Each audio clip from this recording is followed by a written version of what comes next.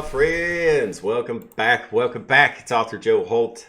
Tonight, Sunday night, we have Fireside Chat for you. It's a special Fireside Chat, guys. Special. Hey. It's the first time this shit's ever happened. All right. We got RowdySouls, 4-piece band. They're our guests tonight.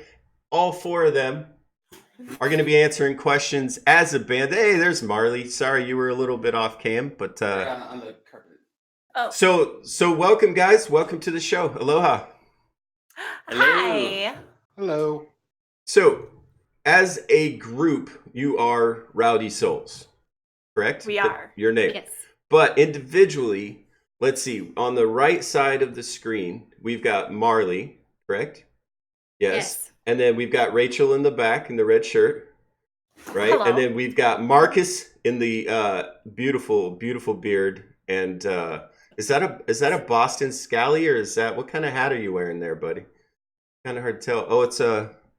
Oh, Like a okay. driver's cap. Okay. It's nice. It's nice. And then in the front left, you guys may have heard of him, Brandon, but also Bran Ipson, also Bran, also lead singer RowdySouls. Well, hold on. Actually, this is my first question because I'm not sure. Oh. Watching you guys when you play. All right, are you the lead singer, Brandon, or are you and Marilee both? Can you say co-lead singers? How does that? Yeah, I'd say she's more the lead singer. I just make a lot of racket and noise on the other side. So Okay. I mean, would that be fair assessment? Yeah, that's fair. That That's sounds maybe, that sounds I don't fair. know. That sounds fair. So then also from right to left. So Marilee, I've seen you with the banjo, but do you primarily just sing? Yes, I'm actually, when I play on stream, the banjo I'm never plugged in because I'm still learning. Oh, okay. So, I mean, they don't trust me quite yet, and I don't find them to plug me in Oh, because I'm still learning, Okay. getting the strum down and everything. No problem. So primarily your lead vocals. Yes. And then Rachel in the back, you are primarily a fiddle player / violin player. This is true. Now, what's the difference between a fiddle and a violin? Is that the same Okay, instrument? So, well, the thing about that is, you don't spill beer on a violin. Hey-o. Okay. And then I've also heard you do a bit of singing. Are you a That's a backup lie. singer, or is that just? That is all lies. No, I've heard it. I've seen it. I've seen you true. guys perform live on DLive, and I've heard you sing. On rare occasions. Okay. And then Mr. Marcos, the bearded wonder, mainly you're hugging this giant hunk of wood. Is that a really big fiddle? kind of. Yeah, it's a 7/8 upright double bass. Typically, when you see a double bass, it's going to be a 3/4 size. There's a little bit of a long story in that, which I won't go into, but basically, I couldn't pass up a deal on a 7/8 size upright bass. So it was just a good opportunity to get the instrument and start learning. So it's larger than average for a stand-up bass. Yes. And what is it's it? bigger. Yes. Mhm. Well, what does it mean, double bass? It's just I think because it has two, they're called F holes, I think. Honestly, yeah, they're called that's- F it's holes. the legitimate name. It's true. They're called F holes. It's Yeah, a I honestly hole don't know that's why, shaped but like that's the traditional term for it. A lot of people call them Okay. upright basses, but they're technically a double bass. I Upright. think it's because of the two F holes in it, honestly. That's just. I don't know. It's It sounds right to me. Right. that's what I call them too. All right, so then also we've got Brandon, and I would say that you are the lead guitar player / only guitar player, It's true. I fulfill so many functions. and but also I've seen you play a cello on stream, right? yeah, on my solo stream on Brand Ipson, I do cello, a little bit of loop pedals, and piano. Just trying to incorporate, whatever I can get my hands on because I'm kind of ADD. So No, that's awesome, and we're gonna mention it obviously because if you're on DLive and you've watched these guys, Brand Ipson also streams on his own. Sometimes Marilee jumps in, sometimes we've got Rachel jumping in, and so we've seen you play a whole room full of instruments, which is awesome. Actually, I've seen all of you play multiple instruments, because when you were practicing for the wedding, you were all doing a little bit different songs than you normally play. That's Like- true. That's true. We Yeah. did. We did. Yeah. See, I pay attention. I've been doing my research. It's like you know us well. Well, I know I won't claim to know you as well as, say, maybe Cincy, but we've met. That's We've fair. met. Uh-huh. Okay, so normally the first question I always ask, and we've already asked some questions, so obviously this isn't normal, but you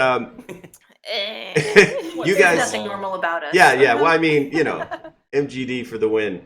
All right. By the way, disclaimer: normally don't encourage drinking on this, but they are rowdy souls, so they get to do it. First question is: how did you come up with the name that you stream under? For most people, it's an easy thing to ask and answer, but for you guys, you chose the name you stream under because it's the name of your band. So True. the better question would be: how did you come up with the name Rowdy Souls for your band? Sure, I can answer that. So there is a band called Cutthroat Shamrock. They are an Appalachian punk band and very easily one of my favorite bands and very influential to us. Yeah. And they used to, at the very end of their set, sing this worker song. And it has its roots, as far as I understand, in kind of like Appalachian workers. There's some somewhat questionable lyrics in some versions of it. We omit those, but the song is called Rowdy Soul. And it's kind of about this worker who's sort of wild, but also really, really faithful, good friend. But someone who's also kind of just they're out and they're sort of just an unsettled or wild person as well. They're kind of that good mixture of a good friend, a hard worker, but they also know how to kind of cut loose. So their soul is rowdy, I guess. It so- seems to fit with the vibe of the band really well. Yeah. So you all collectively decided that you wanted to take that as your band name, or did you have another band name first, or has it always been Rowdy Souls? How deep do we want to go into There that was one history? in between too. What Uh-huh. was because like when we decided on Rowdy Souls, it was like a couple days where we had been a different name and then we Mhm. switched. What was Because I it? mean, I don't remember. without going into all the backstory, so like Marilee and I, we both had our, just a duet situation. We're trying to figure out what name to call ourselves, because and so Marcus was like, well, there's one name I've been sitting on, but he's like, it's a good name. I don't know if it just has to fit the right vibe, and so we tried Rowdy Souls. It's like, well, it doesn't really fit the vibe we were going for. But as the band really evolved, it made sense. Like, okay, now we've become Rowdy Souls, and so Worthy of the title. yeah, worthy of the title. and so, yeah, it's kind of, I guess, how it happened, right? More or less. It was definitely I kind of said I was saving that name, and we had to sort of earn it in a way, Right. because before that, did we already say that we were the solo stuff? It was the Plaid Case Yeah. before there was a that, Plaid which was Case. kind of more like sort of pop Like folk yeah. covers, not really. They didn't have like the outlaw and kind of like the Newgrass. Irish, because that's kind of the roots of that. The Appalachian music has like a lot of outlaw and minstrel music and kind of Irish and Celtic origins. Mm-hmm. Where this was kind of the thing that we were doing, because I played percussion with them a little bit. It was mostly just like kind of folk pop covers in the Plaid Case. in the Plaid Case. So Now, how would you describe your music style? Like what? Now, Well, this As is it- a big question. I know, as it is today. it Yeah, has- yeah. As we would know it on DLive. Yeah.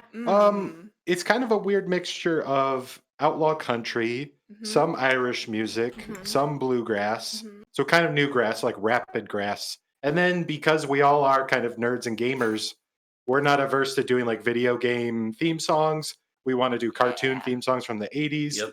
So it's kind of just, it's A really a smorgasbord. mashup of all. We all have a Yeah. really diverse background of musical Mhm. tastes. So it's kind of a little bit of all that kind of mashed together. Rhythm and roots kind of seems like it fits well, but it's really tough to pin us down because we do so many different genres. I mean, it is difficult for us. And a lot of people aren't sure what to expect of us when they may come see a show or come see our stream, because it may be unique. We may end up doing, like you've seen, we'll do the Dragonborn theme from Skyrim, and then the next song we may do a Parton song, and then do a Danzig song. Yeah. It gets kind of we have such a diverse, eclectic taste. It's so tough to really peg it down. We are very all over the place. Yes. It's fun though, because like we all have like come from different styles of music anyway, and so, and I really don't think any of us necessarily like fully like embody like, I grew up playing bluegrass music my whole life, like so as a result, like it's so cool to be able to like bring all of our various backgrounds together. I mean, Rachel is classically trained on violin, Marcus you've just been in every band known to man, I feel, so you've got the most diversity, I'd say. And like I don't even know what we'd be considered, but just the fact that we can bring it all together and just create something that's unique, but in a style that we love and appreciate. It's really fun. I dig it. I mean, you guys are clearly already finding success on DLive. You just made partner, right? Verified partner. Yeah, we're it's really so exciting. Yeah, we're really excited and really thankful and honored. We got there because of the support of the awesome community, including yourself, including Brookster, Cincy, Smoking Gooba. We could probably name people all day, but just the awesome support. The community really just came out and blew our minds. So it's been awesome. All right, so the second question I'm going to ask, and normally it's a two-part question. For you guys, I'm going to go separate questions, all right? So the first question would be, when did RowdySouls as a band in its current form? Now, I know you had 5 people. You recently went to 4. So I think I'm talking about the 5 of you. Like, how long has RowdySouls been a band?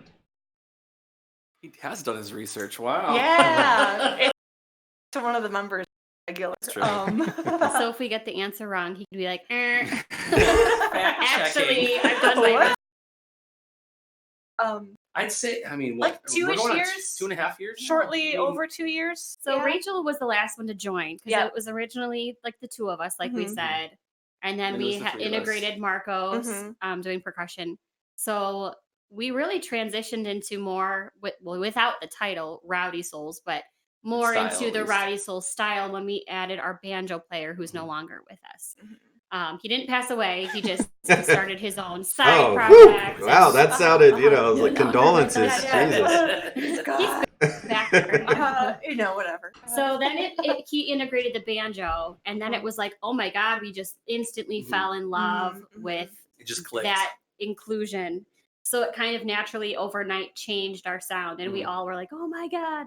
Yeah. So then we added Rachel in April of 2017, I think it was. So, you do the math. 2 years. 2 years. 2 years. 2 years and change, So we didn't start, our first gig was that August. So we just played 1 to 2, sometimes 3 times a week together. And they lived an hour away. So it was quite commitment. Yeah, it was rough for a minute. To drive, whether you they live came to further us east or, than me. Even. That's Yeah, she was like an hour. I was like an hour and a half from here. Those 2. So we pretty much spread out across the entire northern Illinois Pretty state much. line. So, But we were faithful and practiced, and then I think that started tightening up between when she joined in April and then August when we had our first show that year. We really kind of figured out what we were as a band, and then and then the name sparked somewhere in there. So the name was before I joined. Oh, okay. It must have been with the inclusion of Zach then, probably. Maybe. That's what I would guess. which is really just a couple months before Rachel joined in. So I think it was like October-ish or November, somewhere in there. So a couple months with Yeah. Zach. That seems about maybe. right. I mean, Yeah. we didn't keep diaries probably at the time. So to keep it simple, 2 to 2.5 years. Yeah. Okay. And how long have you guys been streaming? Like, when did you start? You didn't start streaming on DLive, right? no, actually, No. we started. I think it was in March of last year on Twitch. Oh yeah, that's when we had Wes. Yeah. Yeah. So when Marcus and Marilee got pregnant with their now 1.5-year-old, we're like, okay, well, obviously we can't be gigging as much, we can't be playing as many live shows. So Marcus was just like, hey, you got, like, he was talking like to myself, to our banjo player Zach, and to Rachel, like, you guys should should stream, at least keep some, try something new, stay, I don't know, just give us something to do in the meantime. And so yeah, we started on Twitch, and really it was like less than a month we became affiliates. I think. Yeah, it was crazy fast. And the 5 of us would all get together every now and again. It was all place at about an hour east of where we're at now. And yeah, I mean, it was fun. It was just neat. It was a new experience. I had never personally streamed in my life. I'd never even heard of streaming, honestly. Like, that was the first time I'd ever heard of like Twitch or online streaming.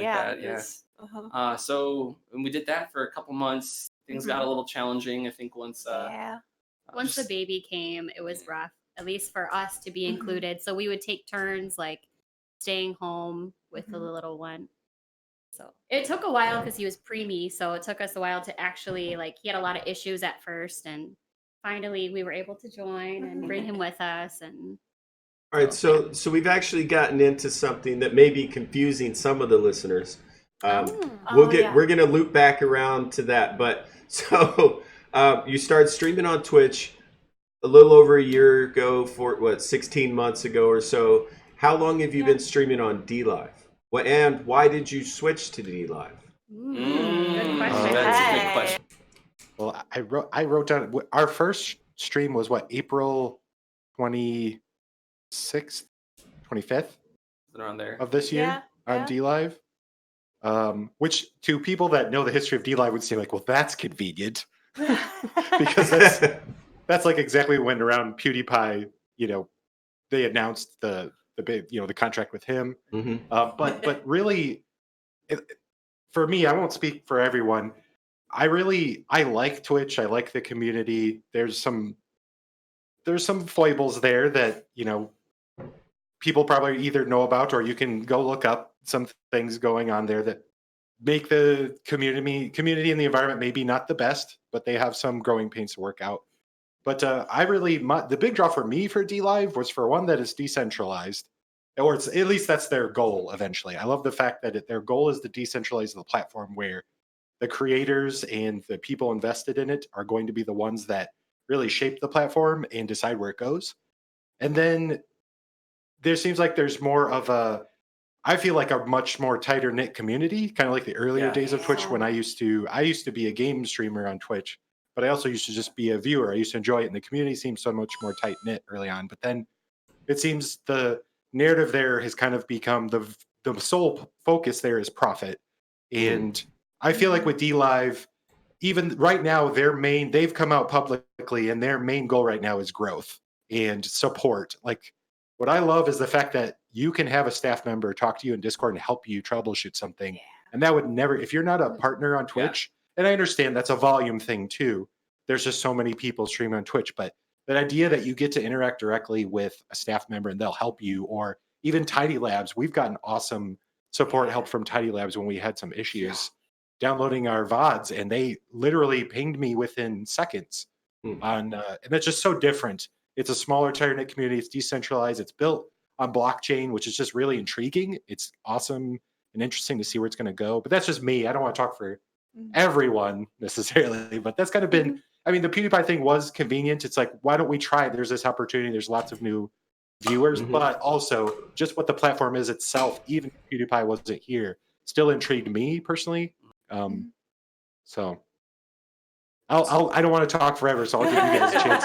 No, you're fine. Give your 2 cents as well. I mean, I just love the connectivity that streaming can bring. I mean, the fact that you can interact with people that you otherwise would never even knew existed. The fact that we can do this right now, and the whole reason for that was because of this online community that's been, I mean, just as a band, like, been so supportive in this very short time that we've really been on this platform. And so it's just so cool to I first got the taste of it over with Twitch, and especially now continuing and just finding a new community. It's so interesting. It's so neat to have that connection with people and from around the world. It's like internationally, we know people like over in Germany, Australia, and the UK. It's so crazy. And so I think for me, that's what's really fun. And the fact that we get to just as a band, like, we could play our music, we could do what we do what we love. And from the comfort of our own home, it's just that's just huge. Yes. I was gonna ask, what's the big difference I mean, obviously travel and stuff, but what's the biggest difference between performing a show, say in that room for us here on DLive, and going to a live show? Like, I was actually just about to touch on that. Okay. If it was my please turn do, next. please do. Go ahead. Yeah, because that's exactly when you're talking about streaming and when we started. It was the first couple streams were super awkward because we were live gigging prior to that. So it was only awkward in the fact that like when you're done with a song, you're used to people clapping and like, but it was just quiet. Like, oh, it's just us. It just ended. Yeah, that was weird like learning curve, you know. But the best part about it, which I didn't anticipate, I think I just didn't know what to expect, but it's been the biggest, like, it sounds cheesy, but the biggest blessing. Like, it just like feeds the soul. The fact that we are, when we perform, we're bearing a part of our soul. Okay, it's an art for us, and it's just us being almost vulnerable in a way, kind of, I guess, like any artist would understand. You're just like doing something that's kind of putting yourself out there. Normally at a live gig, you can do that and you see people's faces light up, but then they're texting and they're talking, and that's understandable. It's a bar scene or whatever. You might talk with them after, but you might not. You know, the room clears.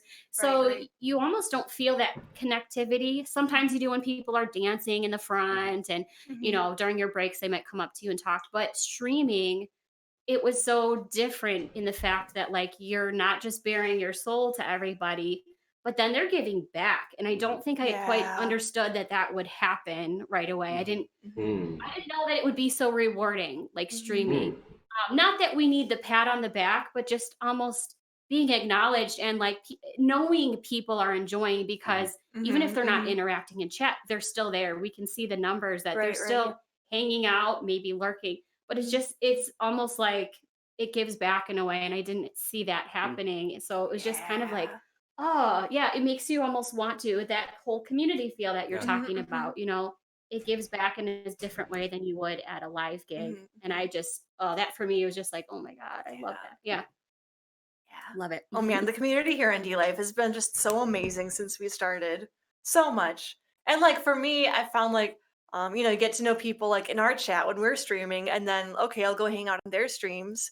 And like some of the same people who have been hanging out in our stream are also hanging out in whoever's stream I'm watching. And so you like really get to know like the same people and just become really good friends with them. It's really amazing. It's really amazing. DLive is awesome. Yeah, that DLive family, like Brand was hitting on it earlier. It's why a lot of us are here streaming on DLive, you know, because of that support. Do you guys find like your most of your history is live shows? So do you find that you would ever want to transition to just live streaming, or do you really enjoy the live shows? It depends on the day. Today is a bad day to ask us that I was question. going to say, Marcus, today's adventure? So today we had a show before this afternoon. You had a live show today.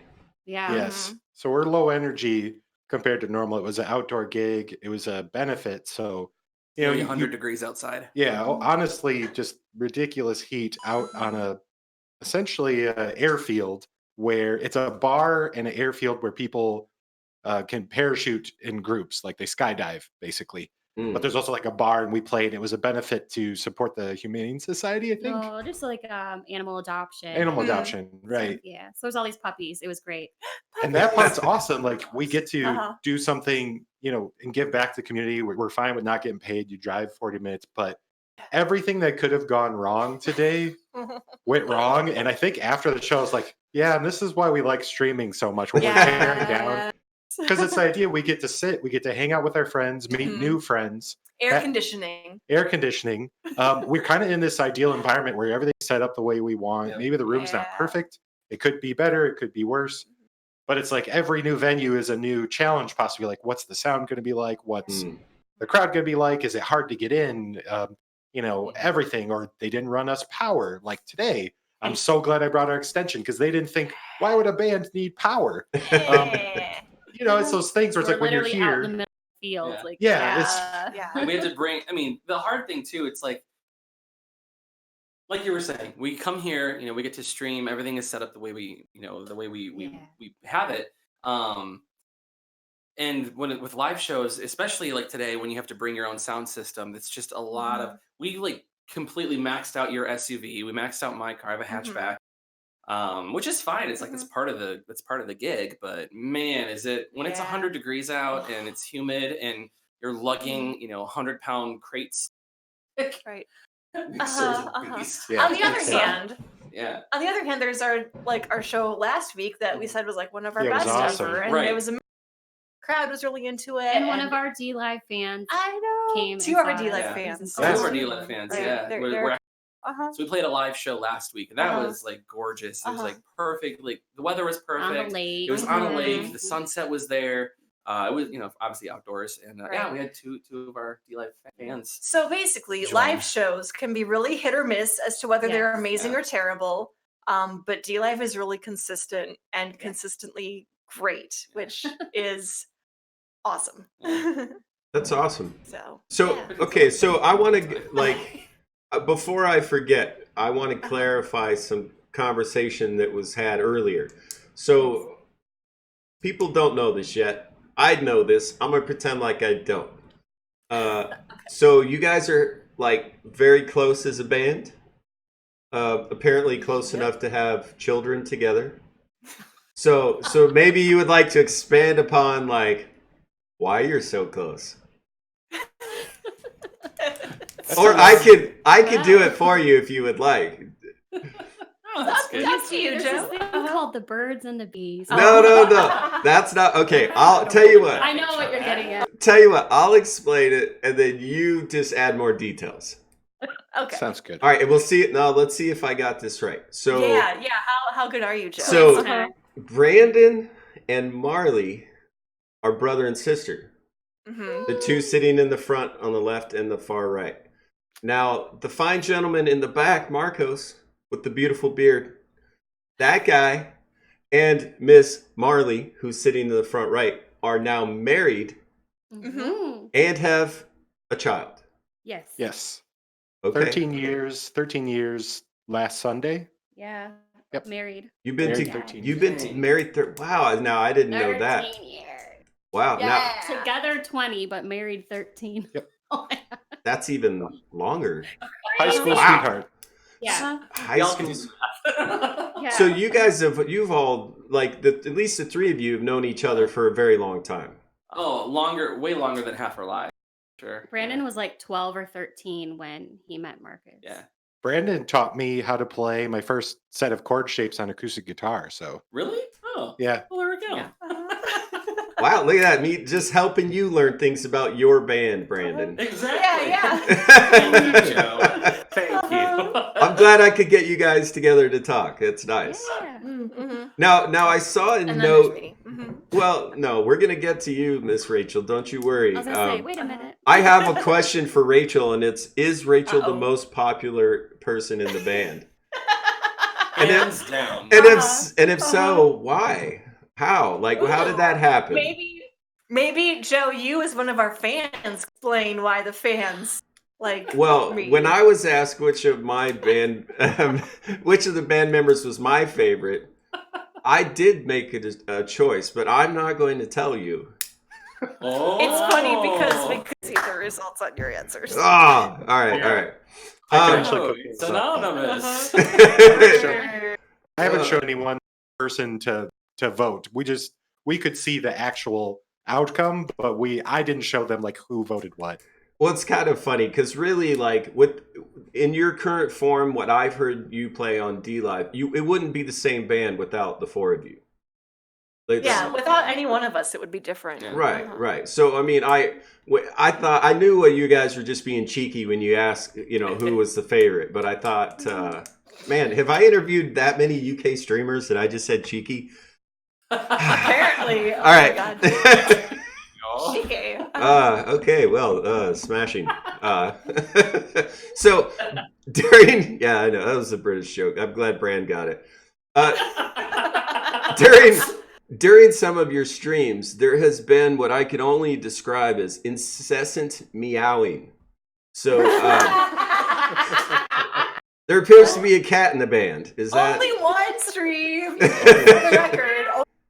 Oh, we Oh, don't why you Oh. Yeah, They that meow. encouraged- They encouraged us. We did the meow song. Actually, That's the result. Marcus looks the most disappointed. Marcus, do you want to talk about the cat?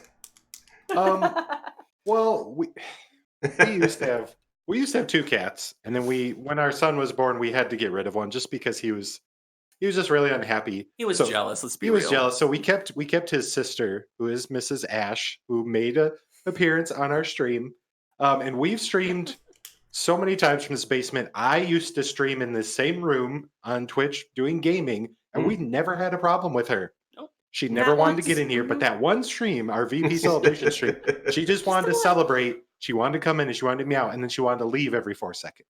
So she'd meow to get out, and then Oh, meow to get back gosh. in. Actually, Yeah. so as a viewer, I have to tell you guys, like, it's a lot of fun to watch you guys play music, but it's more fun to see the cat mess it up. Like, you're trying so hard, and then the cat's just like meow. I know. It's always like at the most. The song will be this dramatic pause, and Yes.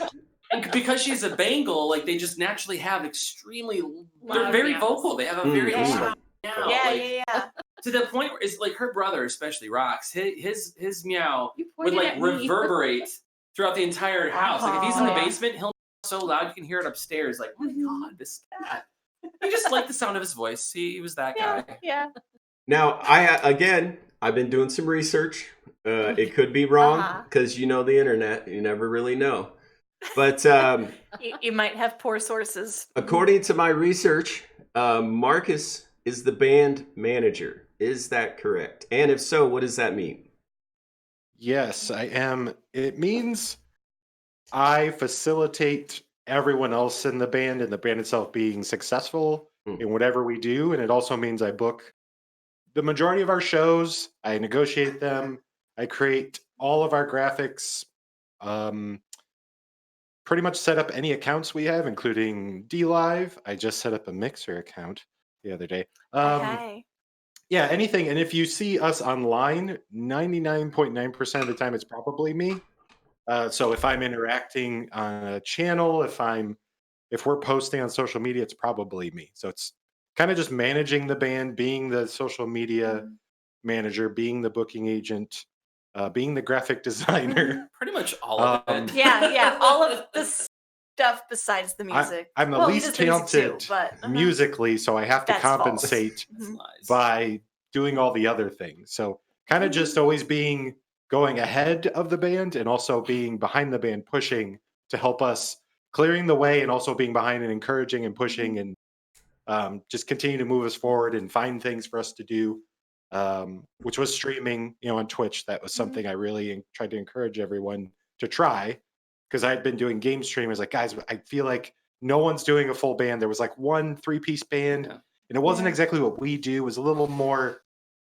They're Singer-songwriter. great loungy. musicians, and it's very like it doesn't feel very personable, really. Mhm. Like it doesn't seem like they don't seem like they have any fun, and I won't name them, and they're amazing musicians. Production quality is off the It's charts top-notch. good, but there's just no fun there. Like I don't feel like I'm having fun with them. Mm. And we've talked to a lot of people, and they have fun with us. So yeah, that was one of the things too, is just getting us on streaming, because I just had that spark of this is something special that people could really enjoy, and I'm glad we persisted, because there was a time with our son early on where it was just it was really tough. But anyways, I'm getting off. So yes, that is the long answer to your question. In short, he does all of the behind the scenes stuff. Yeah. Mhm.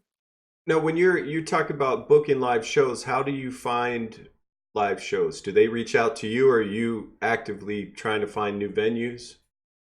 It's usually like an email marketing campaign, Facebook Messenger. I'm usually just researching bands, contacting them, contacting their agents, contacting other bands, and asking if they have contact info, if there's a good venue they think we'd be a good fit in.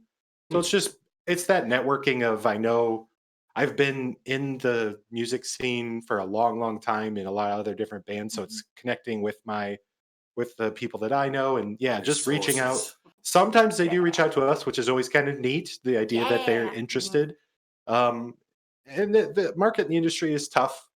So it's when they reach out to you, it's always a nice feeling. Yeah. Because then there's something about you that they heard, or it's always nice. We play a gig and then someone from another venue comes up and wants to chat with us about playing there. That's always a good feeling because they enjoyed it and they feel like we're a good fit. And and then they ask you for your asking rates, and then you feel that sinking feeling of I hope we don't scare them away. But which has happened, I think twice or something. Maybe twice. And I kind of try to be respectful with that when I'm booking and say, let us know. Here's what we're asking.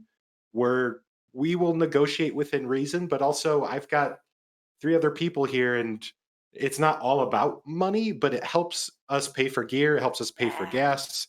We have to get a babysitter. And so we want to cover our costs. And the more lucrative it can be, the easier it becomes for us to invest more time in it. Because we all have full-time jobs. I mean, she's a full-time mom, who's basically the hardest full-time job, but we all work full-time too. So separate non-music jobs. So yeah. You have that fear sometimes. We're like, here's our asking rates. Is that something you guys are going to try to pursue full time, like playing music full time, or do you think awesome that's... if we could? We've all said it's always the dream. Yeah. I think streaming, it's honestly more realistic now, because now you have an additional venue that's really convenient. It's of a different nature. It creates a new. Again, it's not just about revenue stream, but for it to survive, we have to think of it that way. And even if it's not a lot, it's something, and it generates new fans, and we create new friends, and our community expands. So I think with streaming, it seems more feasible than ever, and that's why I've pushed for it. Really, where I feel like a lot of other bands just haven't. I feel like they're all a bit behind the curve, and I want us to stay ahead of that curve and keep, being risky and trying weird stuff out, and streaming was one of those things. So I'd love to be a full-time musician. That's the dream. Yes, but so much. I've got a wife and a kid, so I got kids to feed. Well, luckily your wife is very much into the band. She seems to really that's true. seems to really like it, She doesn't push back at all, that's for sure. Yeah. No, that's awesome. Well, something you just hit on, Marcos, is you guys play live shows generally in your area, right? Within a couple hour radius of Illinois. So you would have a very localized fan base if you didn't stream. So I live in Arkansas. I'd have never probably heard of you guys had you not streamed on DLive. So, and then, you got people all over the world now who know about RowdySouls. I mean, that's gotta feel good. It's crazy. Honestly, it's kind of that live in a complete, the other side of the world in a different hemisphere. Yeah. But it's awesome, the fact. And then we've had a couple people buy shirts, buy different merch and stuff from either online or whatever, and we've gotten pictures hey, I've got my shirt in today. It's such a crazy. It is a crazy and awesome feeling. The fact that people find what we do worthwhile enough to, do that. Right, to put money into it. Yeah. And of course, just giving of their time too. I think just on stream, the fact that it's always so humbling when, knowing that people they choose to come to our stream and hang out with us and our music and interact. That's a big deal, and it's I don't think any of us take that for granted. Yeah. They could be watching other streamers. They could be watching Netflix. They could be doing any number of things, but they're here with us. It's really cool. Are you guys just playing covers, or are you working on your own music too? Well, I mean, or do you not? You don't have to say if it's a secret or something. You don't. Yeah. I think we're just looking around because we're like, who wants to talk? Right. Who's going to answer? We do have. Brandon's written quite a few songs, completed songs, I should say. Then I have a couple that I think 1 or 2 of them are completed. We just haven't they're just completed as far as tune and lyrics, but we haven't figured out parts. And then one of them, it's actually a sea shanty. So fun. Yeah. I'm stumped on words, so I needed some help to finish that. So we have a couple in the works. He's written quite a few. She's written a couple. I think all of us have written at least partial songs. Brandon's the one who's finished. Yeah. Well, I mean, I have one finished song. You do? Yeah. Yes. So you need to do it. Yes. Well, as an author, I could tell you I have a few words in my repertoire. Also, as a pirate, and if you're writing a sea, if you're writing a sea shanty, just add the words like parrot and rum and booty. Maybe plunder, and you're good. Yeah. Ooh, plunder. Right. Plunder's a good word. Plunder that booty with rum. Wait. There you go. Well, Plunder the rum That booty. Hey. The Zynga. Oh my Sorry. god. Wow. So, in terms of, have you recorded as a band? Like, is there somewhere can we get a CD of Rowdy Souls covers? Is that in Not the in In works? the distant near future. Someday it'll happen. yeah, I mean, to cut to that, I guess, the ultimate goal is to probably cut an EP of a few songs and maybe like a public domain traditional. Mhm. You could call it a cover, but because it's public domain, a lot of the music that we enjoy is a public domain because it's traditional, like Shady Grove Right. or So we would have no um, copyright issues. Mhm. yeah. So eventually, yes, we'd love to cut an EP with some originals, and then eventually, I mean, that's the goal, is to cut a whole album. Mhm. But it's just time. We had, like I said, we had a Yeah. little bit of a little slow down period when you have a baby. Right. It slows Sure. you down a little bit, but yeah, it's still the goal. It's just one of those things, the time investment, trying to figure out how it's going to work, and we want to do like a songwriting retreat to kind of get away from things and kind of focus on. Just have a clear mind. Yeah. Have some clarity and make that happen. It's not cheap, that's for sure. And so I mean, it might be fun to help us. Yeah, do like maybe a we'll do GoFundMe like or some help us fund the album by Yeah. helping us take a retreat. Yeah. Yeah. Well, it'd be awesome because right now the only way we can get Rowdy Souls music if we live outside of your state is when you stream on DLive, right? And then also some replays. DLive does keep replays. We're also on YouTube. Yep. If you haven't subscribed to us there yet, you should. YouTube. Actually, I don't know if I BitChute. have. Well, Let me. there You know you what? go. Now I gotta check right now. So, Hey. which social media sites are you on as Rowdy Souls? Pretty much All of them? everything. We're on Twitter, Instagram, also on SoundCloud, but it's been tough to keep that up to date. Yeah. We're on Minds. We're on BitChute. We're on YouTube. I feel like I'm forgetting one. Instagram? Oh, you said that? We're on most of the Obviously major ones, and then Right, I guess Twitter, Instagram, DLive, YouTube, BitChute, BitChute, Minds, Wow. Facebook, of course. I mean, everyone's on Facebook. Look face. If you type in Rowdy Souls into Google, other than getting the Cutthroat Shamrock song, you'll find most of our links and our presence. We don't have a .com. That always, to me, feels like these days that it's sort of, I don't know. Like, do you really? I don't feel like as a band you really need a .com anymore. That's just me. Meh. It feels like it's just. I guess like the one benefit would be having like, a place that you can, have all your like links. send people to everywhere. Right, yeah. So, because if some people are not on Facebook, then they might not know when events are. But then there's Twitter. But if they're not on Twitter, it's like... Yeah, it's true. Like me, I'm never on any social media. Well, see, and I actually use .coms a lot, like .tv, .com, .biz, .love, like .us. I even have author Joe Holt .tv, which forwards to DLive.tv / author Joe Holt. So it's a way to get, if somebody's typing in Rowdy Souls in Google and you own RowdySouls.tv and that forwards to the DLive link, that's 2 links for one site, but RowdySouls.tv will get priority over DLive.tv / something else. So in a way, you can increase targeted web traffic to your wherever you want. I have .coms, .us, I have a lot of them actually. I use them quite a bit. Yeah. But like what you hit on, it is a great way to centralize all your information and link to everything else. All your other social medias, band pictures. The most popular thing I think that live bands use their own .coms for is to have a schedule, so people know where you're going to be live. So for right now, if somebody wants to come see you live, how do they find out when and where your shows are going to be? Our Facebook. Yeah, Facebook's pretty much our main hub, even though it's not very active. There's not a lot of interaction, but all the information you need is there, and you can basically get links to pretty much anywhere else you want to. All the events are listed Yeah. and everything. So We have a Bands in Town page too, but I need to set that up properly. I want it to be, that's another story of, I want it to be a one-way funnel from Bands in Town into everything else. I just need to do the work. It's one of those things.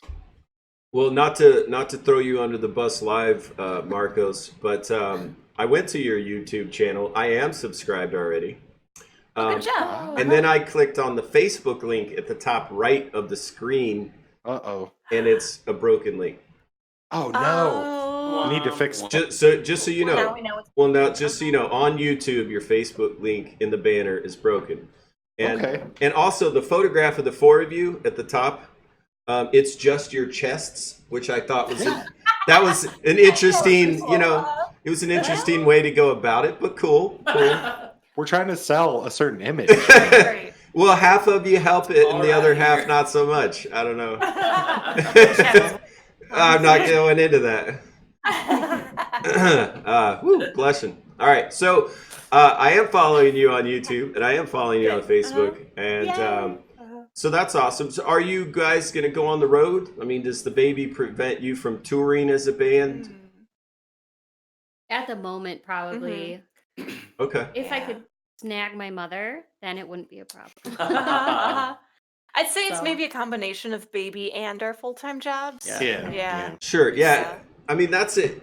I'm impressed. You guys all have full-time jobs. You're streaming on a regular basis. You're doing live shows. I mean, you're like, how? Like, where's all that time come from and energy? We don't sleep. We don't sleep and we Pretty don't much. we don't have any other hobbies. Right. Pretty So- much. This is all we do. Well, we always. I mean, like we all live like literally like a block and a half, 2 blocks away, maybe max from each other. Right, so right. we always laugh that it's every day. It's the same people. Always. We have We to don't laugh. mind. It's like Yeah, we it's like it. We don't get.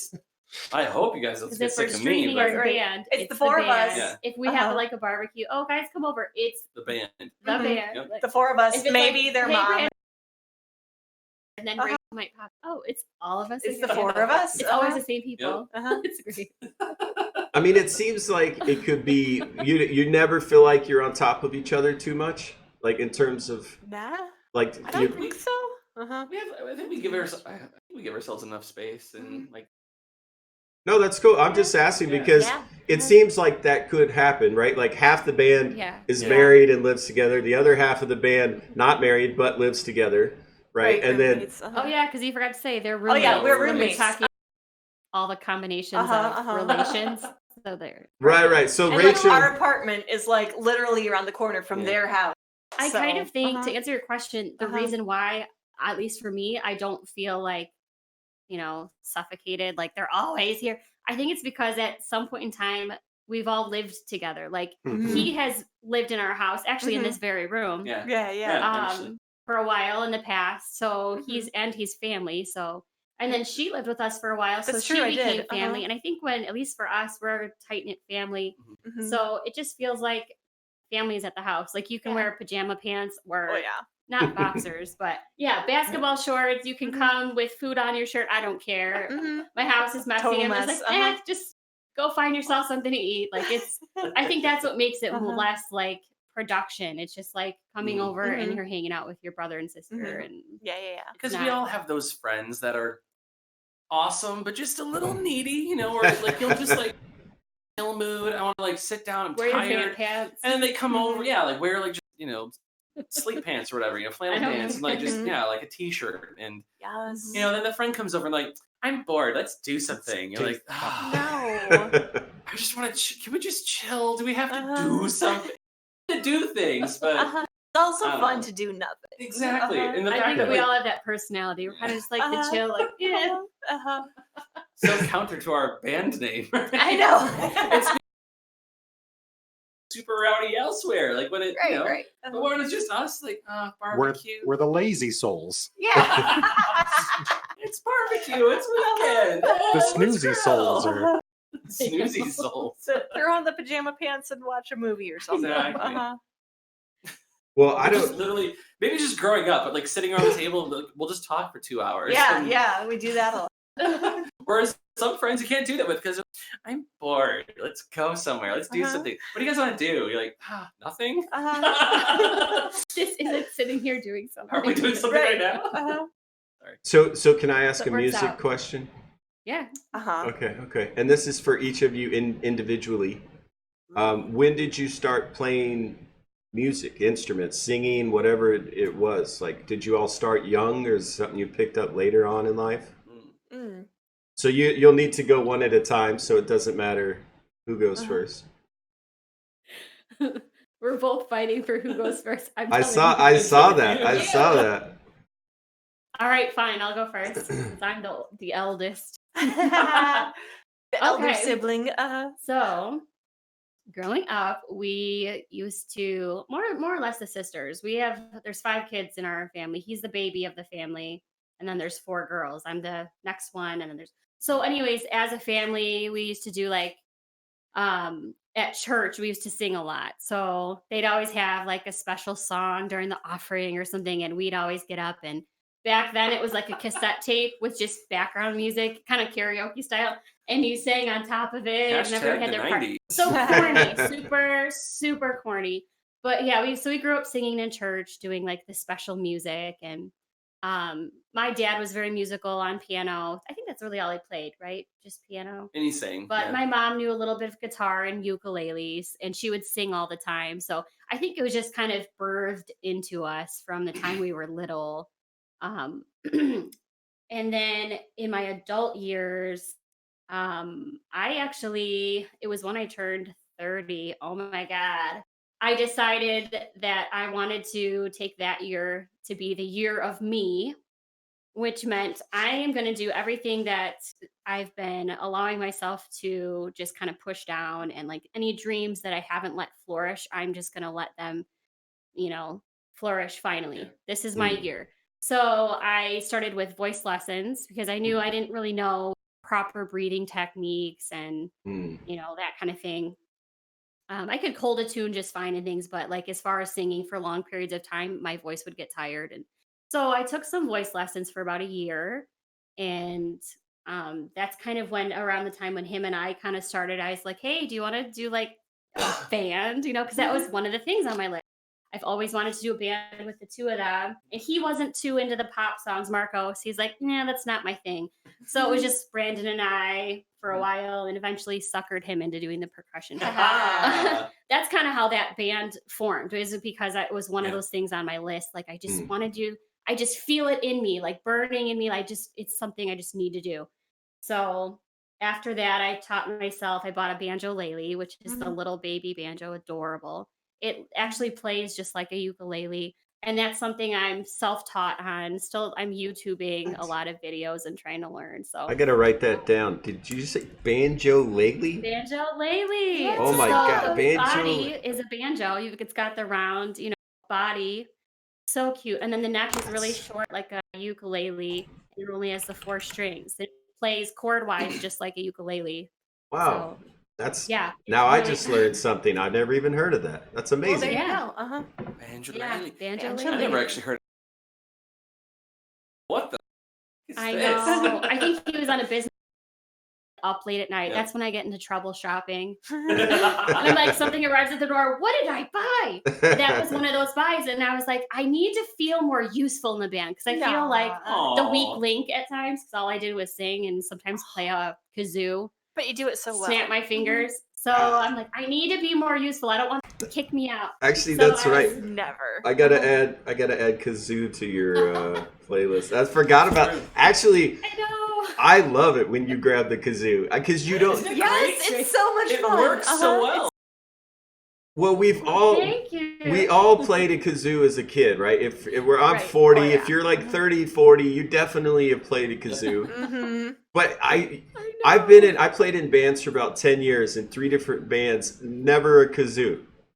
Right? I think Right. that's a shame. There should be more know. kazoos. Yes.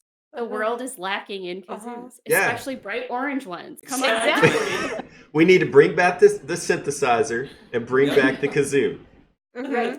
Just Guitar. the guitar, the wait, hold on, I wrote it down. The banjo-lele. Yep. Yes. Yep. My favorite instrument that I ever found in a band was a melodica. Just because Those are fun. it was so unexpected, you know, like here's the keyboard blowing the end of it. And when I played it vertically instead, like I couldn't play it flat, but if I played it like a sax or something, you know, or like I could play a bamboo flute. So I basically played it like you would a flute, which blows people's minds for some reason. But I could see you guys using a vibroslap and a melodica in your band. Just gonna throw that out there. We have one in the family. We do. Wow. But the vibroslap too, just get that grrr, you know, occasionally. Yep. All right, so Marilee, you were taking singing lessons, you want to start the band. Yeah. And it came together. So I think that's the end of my musical journey. Well, and the shortest story ever. Well, Brandon, why don't you go next, since it kind of your beginnings seem to tie together, you know, in terms of musically speaking. Yeah, totally. And I think what I remember growing up, at least, because we had like the bunny ear antennas for TV. We got maybe still fuzzy. It would come in and out, you know. But we get all the cheesy 90s commercials. And let's face it, the 80s and 90s had some of the best commercials to make fun of, at least. Yes. And so we would always like joke around, make fun, sing like the little jingles and whatnot. I mean, that's kind of the earliest memory I had, on top of like, you know, playing in church and whatever. But I think it wasn't really until I was 7th grade is when I picked up guitar. My mom actually taught me the first couple chords of guitar, which apparently then I went and taught Marco. So yeah. But no, like he and we've been playing. I think we've pretty much been playing music together since those days, right? I mean, because he plays everything. Wait, hold on. Yes. Hey, hold on. Yes. We're gonna get to him. We're talking about you, Brandon. I know. He plays, but I picked up guitar, and that was 7th grade, and I think it wasn't really until very end of my senior year of high school that I started dabbling in piano. Once I hit college is really when I started learning. This is what makes all these. I play by ear. Everything I do is by ear, and so I finally learned like, so what I hear in my head, piano or on actual music, notated out, and so like music started to really click for me then. And I feel like it was really at that point once I started understanding more of the theory behind music and why it works together, and why what I hear makes sense and works together, is when I started branching out and saying, well, if I could do that, then I could play piano, and I could play cello, and I could play flute, and I could play ukulele, and like everything, whatever, like just you name it. So kind of throughout the years picked up a bunch of different instruments, and it's kind of where that happened. Cello, I really didn't pick up cello until like 3 years ago, maybe 3.5 years ago. I mean, that seems like a challenging instrument. Was it any more difficult to learn how to play than the rest? At first, no, but once I actually started taking lessons, little tiny Asian teacher, she was incredible, but I need to learn the right way. I know I'm doing things incorrectly. So she's like, okay. And so I would have a really sloppy technique. So she'd smack my hand or lift my elbow up or like turn my like, no, that's wrong. No, that's wrong. I'm like, God. So yeah, it was really challenging to learn it the right way, at least. And but I mean, it's pretty intuitive. I feel like it's just patterns. Like once you learn the basic patterns, like with the notes and whatnot, I mean, you can kind of play in any key. It's literally the same thing. You just shift up or down on the neck. So is the cello have frets? Does the cello have frets? It does not. It is a fretless instrument. That was pretty difficult to just learn like the spacing, because it's 100% muscle memory, and it's the same thing with violin. It's all fretless, so you basically just have to practice the snot out of it. And learn. So I just played, there was like different like acoustic, folk, bluegrass, all different types of music that I would literally just play either from YouTube or from my phone and and just play cello to it. And that's really how I started to learn that. Have you seen the two guys that play like the heavy metal cellos together? They're insane. I love those Oh, they're guys. insane. I forget their name, but oh my god, that stuff's amazing. Yeah, those guys are incredible. There's another group. It's like 3 or 4 cellos play, and they're not as they do Metallica. Vivacious, I guess, but they're what are they called? I can't remember their name, but well, I've seen I was gonna say I've seen the 4 person cello band doing like Metallica and stuff. Yeah. Yeah. That to me is incredible too. That just takes so much skill that I just don't have yet. You have to like pick your jaw up off the floor. Yeah. Drooling. Oh my god. Well, and I hear some of that with you guys, like taking the instruments and doing things, making sounds that maybe weren't the initial, the initial thing that the instrument was designed for. You guys are just really great. Even as a band, you feed off each other. Like that's very noticeable when you stream, right? You cover each other's mistakes well. You actually, one thing that I really like is even if you do make a mistake, a lot of times you're good about hiding it and just blending it into this. You know what I mean? Like, because I've done some live. I'm saying I played in a band. Just you make mistakes sometimes. And do you stutter or go, oh, damn? Or do you just, does somebody cover and come around for you? You guys are really great about covering each other. High compliment. Thank you. Yeah. All right, so let's go to Marcus. So clearly, Marcus and Brandon, you guys have a bit of overlay in terms of your musical history. What did it look like from your view? Sure. I didn't really grow up in a musical family. We had music around the house, but no one in my family really played instruments. Around 5th or 6th grade, I was getting trouble in school because I was banging on my desk with pencils all the time. On top of drawing comic books, I drew too many comic books and wouldn't pay attention in class. That was another thing. But I got in trouble in school, and basically my mom and my dad were trying to figure out some way to and I was really shy too, kind of an introvert, playing video games, drawing comic books, reading comic books. I was really kind of struggling there, and they were trying to think of a way to kind of get me to do something constructive and to get out there and kind of stick my neck out a little bit. And I was in sports too, but I kind of lived in the shadow of my older brother, who's a sports star, got a scholarship.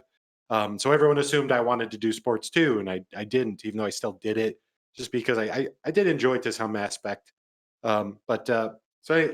Essentially my mom decided to get me drum lessons of all things.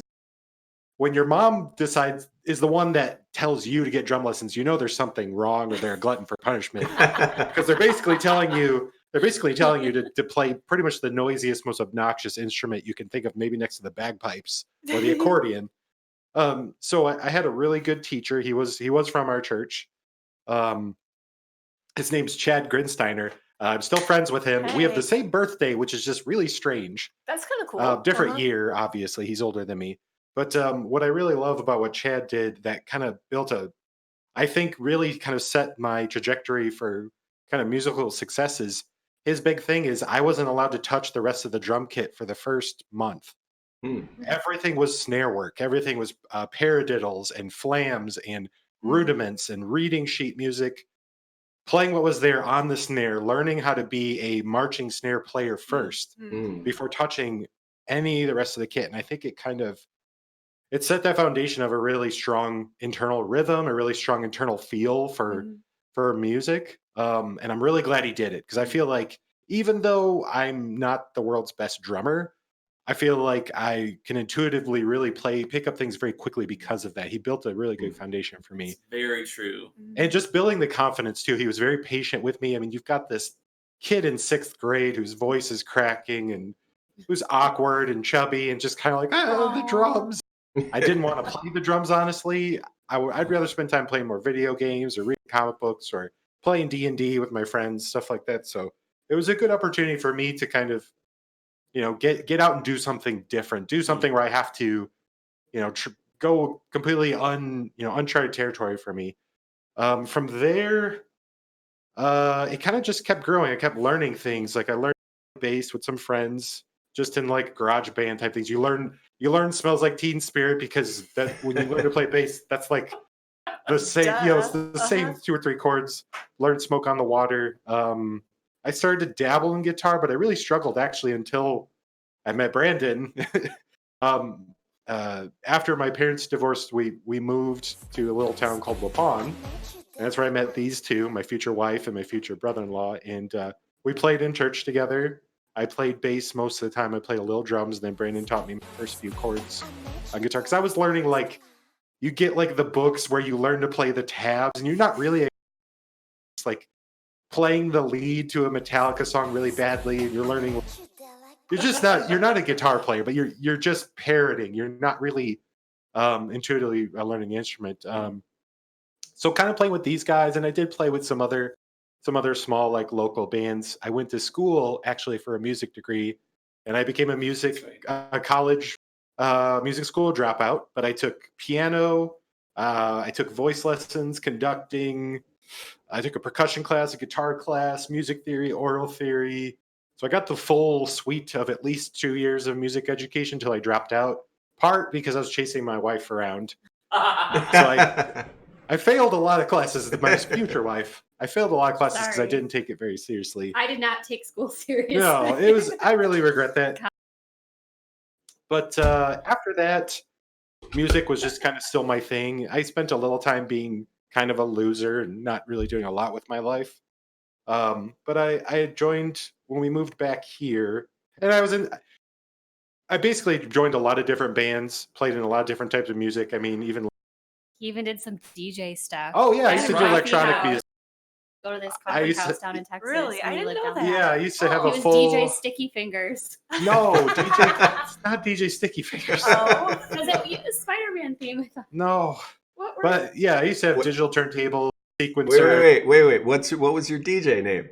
It was so corny. It was DJ Cold Forge. I thought it was so cool at the time. Right. That's right. Wasn't it When where does Sticky Fingers come from? I was very inspired by like Circle of Dust, Skinny Puppy, obviously Trent Reznor, just industrial music in general. So I thought that was such a cool, like edgy, like Cool. at that time you're a college dropout. You think it's a really cool name, and yeah. So I was doing electronic music. And joined a couple different bands. I've been in like a kind of an indie band. I've been in a country band, a Celtic punk band, a rockabilly band. Now, before you answer this question, think about it, okay? Oh no! What's your favorite band you've ever been in? Oh, easily this band. Hands down. Wait, but follow-up question: why? Why? Ooh. That I think is easy. The fact that kind of like Joe pretty much nailed it on the head earlier.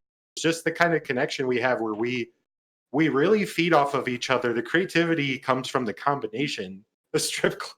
Oh, I see that. But yeah, it really it really comes from the kind of the synergy and the fun that we have. Yeah. So many bands I've been in before. Some of them have been purely business. Some of them have been purely a money-making venture. One was just a fun band, but there was a big lack of ambition with that band in particular. It was the Celtic punk band.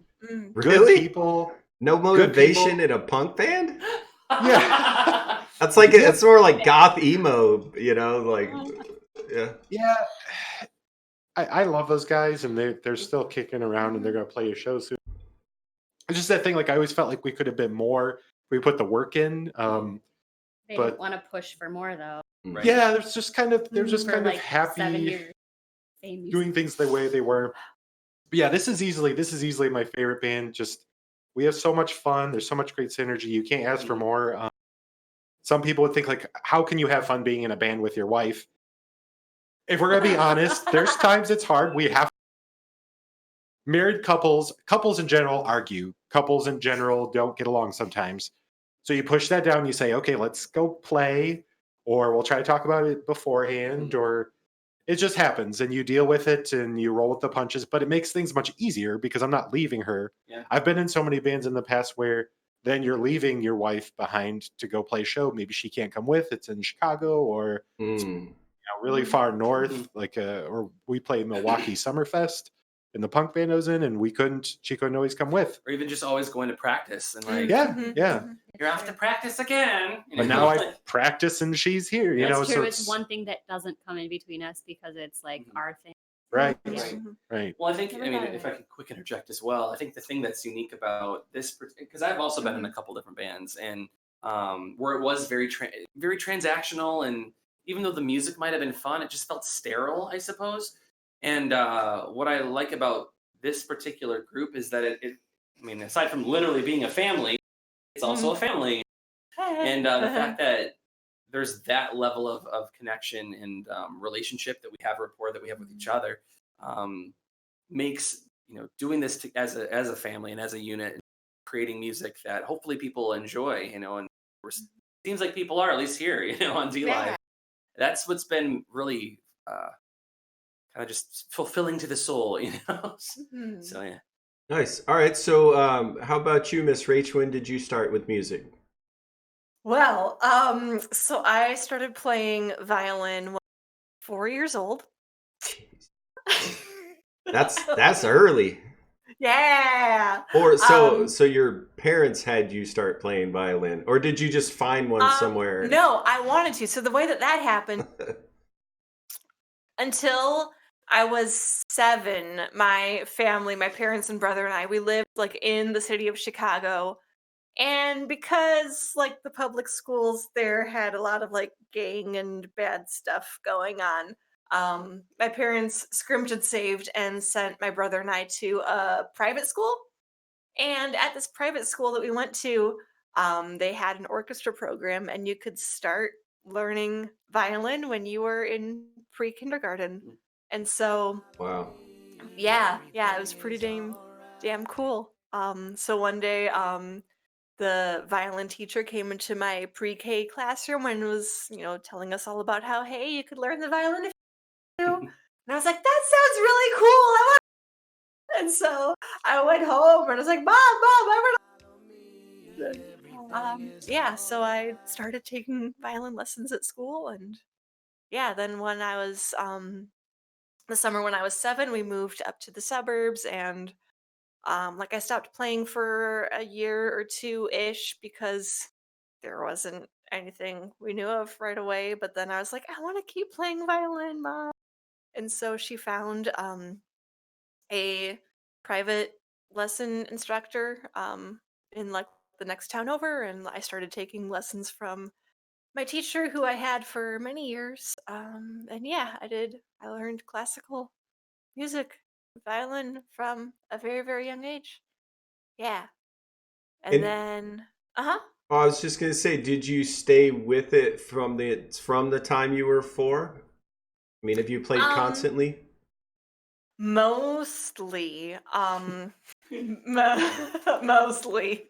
So there was like a little bit of lag like in the time when we moved and I didn't have a teacher. And then when it was like shortly after I finished 8th grade, my teacher who I had from like when I started taking lessons in lesson instruction, 4th or 5th grade, whatever it was, I forget, private lesson. But yeah, after 8th grade, my teacher who I had ended up moving out of state to be closer to his adult son after his wife passed away. It was a really rough situation. And so then I stopped playing for a couple years because my teacher was gone and I didn't have anyone. And the school district where I was in was stupid and didn't have an orchestra. So that sucked. Then you met us. But then I met you guys. But before that, I met you guys. So how did this go? 5th grade was when you could start playing in band at school.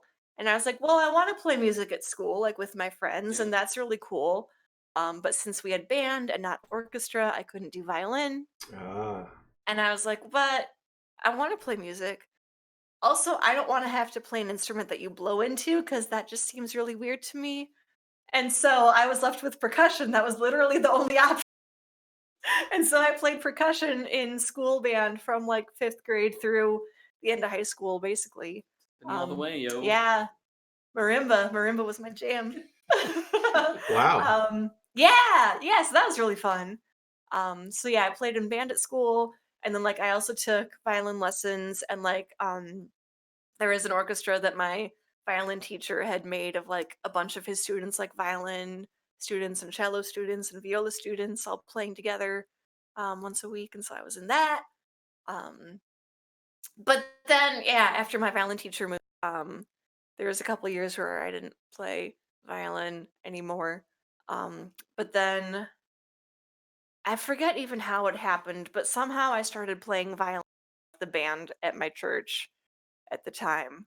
And that was like when I learned how to read a chord chart because I had only like read music from until then. And so I was like, what the heck does it mean when it says G over there? I don't know. I'm just that it's okay, and it was. And yeah, eventually I learned like how to build chords and stuff. But yeah, so I played like in the band at my church, and that's kind of how I started learning how to improvise a little bit. And then yeah, after high school, I joined a traveling music ministry team, and we like played music at churches and youth events and youth group stuff all up and down the east coast of the US, touring around for a year. It was pretty crazy. But the people who like the organization that was in charge of all of it's like, hey, how do you feel about learning bass? And I was like, okay, sure, that sounds cool. And so I learned bass for that. And it actually worked out really well, like with my rhythm background playing percussion at school, and then like my string background playing violin forever. It's like you combine rhythm and strings and you get bass. And so it actually was kind of perfect. And so now I play bass too. Yeah. Music. That's awesome. Well, so how did you end up finding Rowdy Souls? Because it sounds like the other three basically kind of grew up together. You know. Yeah, like they all knew each other forever, pretty much.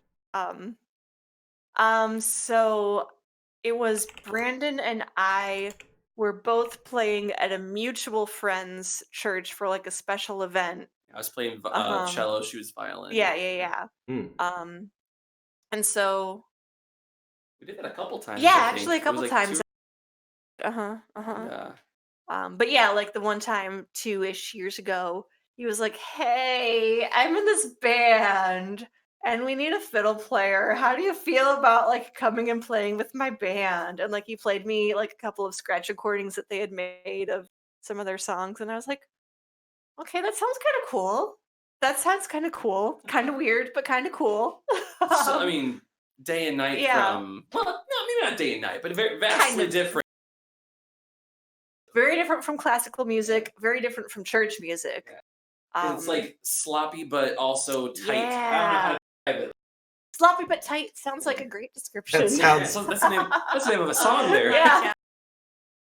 I know, right? If you guys keep saying sloppy but tight, I'm gonna have to put the X tag on. Not in that way. Oh my god. That sounds about musically. Oh. Back to the R&B songs. Anyways. So basically Brandon was like, hey, I'm in this band and we could use a fiddle player. You guys had a fiddle player before, but then she kind of stopped showing up or something. Is that right? Something. It was more like, I think there was a, I have to be careful in case they're watching because we love them. There was kind of like there was some baggage with that violin player that didn't fit in well with what we were doing. That's fine. I think it's just personality, honestly, because we're kind of just like we said, hang loose kind of people. Yeah. And then though her and her husband, he did some percussion, you did bass, right? I was playing bass. She was on violin. They were kind of just a little bit more like not uptight, but stoic, kind of like, I suppose. We need to be home at 8 o'clock. Very That's our traditional. bedtime. I'm like, you guys are 20. Go get a bedtime. Yeah, go have a stiff. Or Yeah, like weird stuff like that. Or they only so they were not rowdy. They would have been like souls. vegetarian. I don't know. Like they were just it was just They're kind of the opposite of They that. were So- unrowdy. not the hang loose people. I was like, So I did a little more research. I like to slip these things in. And I found out something about You Rachel. do like to slip things in, don't you? I found something about Rachel. No, this is about you, Rachel. Uh-oh. So, as a classically trained violin player, I find it interesting that you also seem to like heavy metal, like thrash metal. Yeah, I do enjoy heavy metal. It's I don't know why exactly. What's I don't know. what's your favorite heavy metal band? Under Oath. And you could argue about whether they're technically heavy metal or not, but they're still my favorite. Well, what do you mean? What would be the other option? Like death metal? Hardcore? I don't know. Some people are not really heavy. They like sing instead of Well, they were kind of scream roped into always. like They're the kind of the screamo scene too for Yeah, a while. So it's screamo, kind of tough when everyone had swoopy hair and a guy liner and stuff like that and skinny jeans. They kind of got roped into, but they got really brutal later. Like Define the Yeah. Great Line. I love that album. That's Oh my that's God. like a metal album. Like Yes. the guitar player from Killswitch Engage, Adam D, helped them record and produce the album. So that is a metal album, in my opinion. love But that yeah, I album. think people would rope them in with Screamo. I'm a big Under Oath fan too, so it's like I know a lot about them as well. But yeah, they've gone through a lot of TVMA. Oh, I know we're not supposed to respond to chat. Sorry, I got distracted. Not that we're not supposed. Yeah, they kind of get roped into Screamo sometimes. I think so. I don't know. People argue about it, but they are metal. Yeah. Right. As well as screamo, but yes.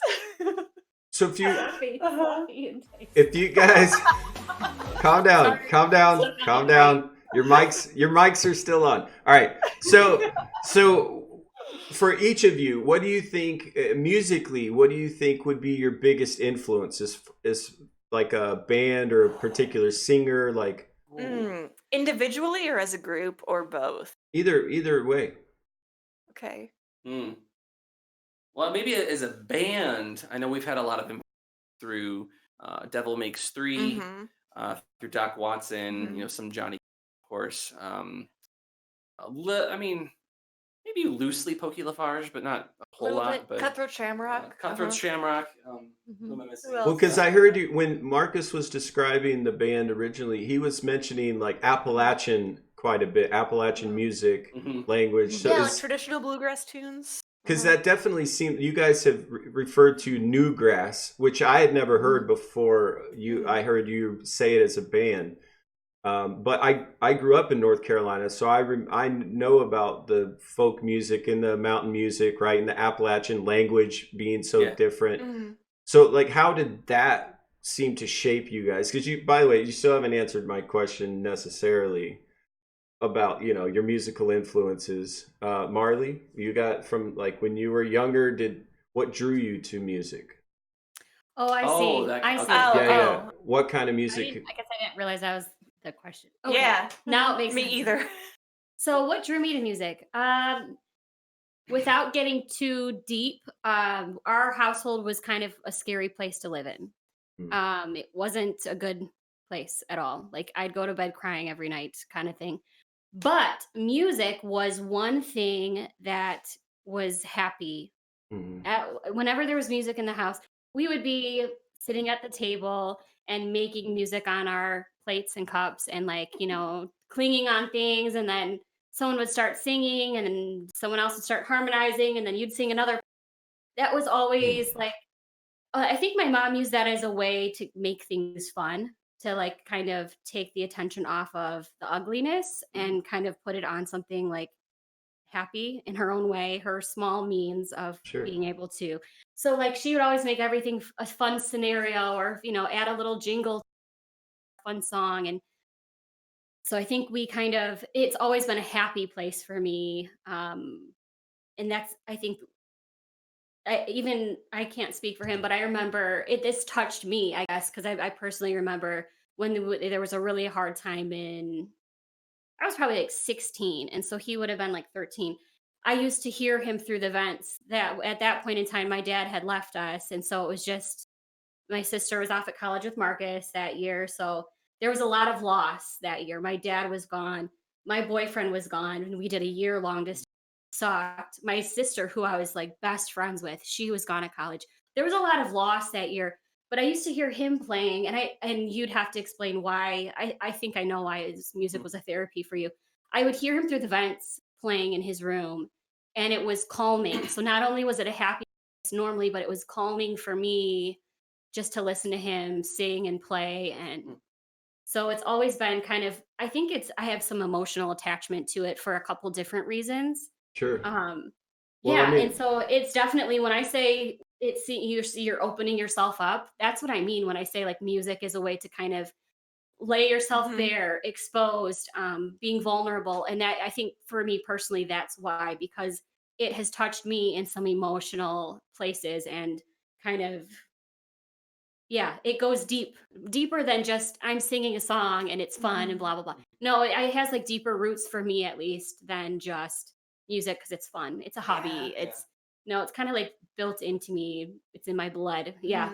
Yeah. So I think that was my biggest influence, is young as a child. And then I guess now it's just been I'd always been kind of a shyer kid. So like in my adult years, I was kind of still stuck in that, like growing up still being kind of shy and timid to try new things. I was like in my sister's shadow a little bit, kind of like what you said with your brother. My sister, Lindsay, we were best friends, but she was athletic. She was artsy. She was all the things that I wanted to be. She was tall. She was thin. I was short and I was chubby when I was growing up. So like she was all the things I wanted to be and couldn't be. And I wasn't jealous, but I still wanted to be that. So growing up, as an adult, then when I turned 30, like I said, I wanted to do the year of me. And that's when I'm like, what is it that Marilee wants to do? Like if I could do anything and money wasn't an issue and nothing was an issue. And the thing that sparked was the music. And I could just feel it, like I just need to branch out and do something that's me. And that was the thing that immediately I was just drawn to, back to my roots, And so I think that's why I really wanted that in particular to flourish. And I've done, some art things along the way, but it didn't feed the soul the way that the music does for me. So I hope that's answering the question to a point. Like, I think for me, it's a smorgasbord of reasons. Like, well, actually, you hit on something that, and I see it being echoed in chat. I had, I think a lot of us have had difficult childhoods.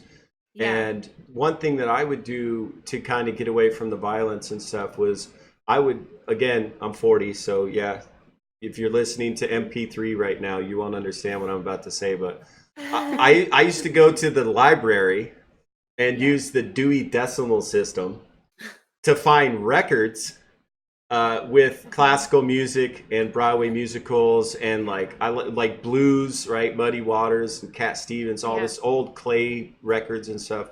And then as an adult, started playing music with bands. And I could tell you a distinct difference for me. When I was younger, listening to it, it was a way to escape and calm myself, right? An alternate reality. But the thing that I realized that's much different from listening to music and playing music is actually when you start playing the music, it's a healing thing, right? It's very healing, especially percussion, right? And so I really like that distinction. Like for us, we can listen to you guys play and have a good time, but for you playing, you can see that it's therapeutic, right? Like for you guys. So I mean, do you think, what about you, Brandon? She kind of alluded to maybe, that music would have helped you as well at the same time. Totally. I mean, I've never really been the most athletic kid. I've never been, there's a lot of things that I just wasn't, or that I felt, at least like growing up, I just wasn't. And the fact that I'm 31 and I've moved 35 times in my life, it's not an exaggeration. It's literally 35 times now. A lot of that mostly taking place when I was a child, or when we were children.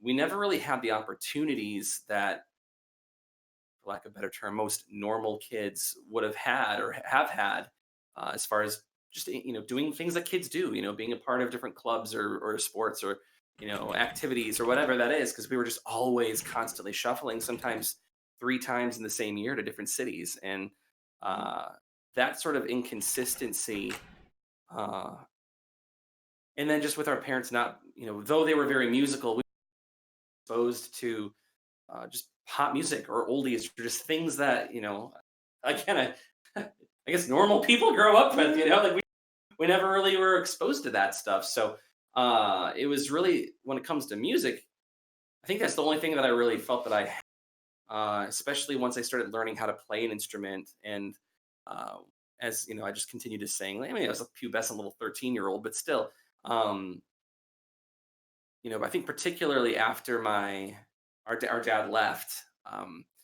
it was a mixture of like a big sigh of relief, because I've just always grown up thinking, I wish he was either dead, or I wish and just to be real, we all don't mind. I always just grew up thinking, like, hearing him throw my mom up against the wall on the other side of the room, and I'm just my bedroom freaked out as a little like 8-year-old, and not knowing if I'm going to walk out in the morning and she's there on the ground. I don't know. We just didn't know.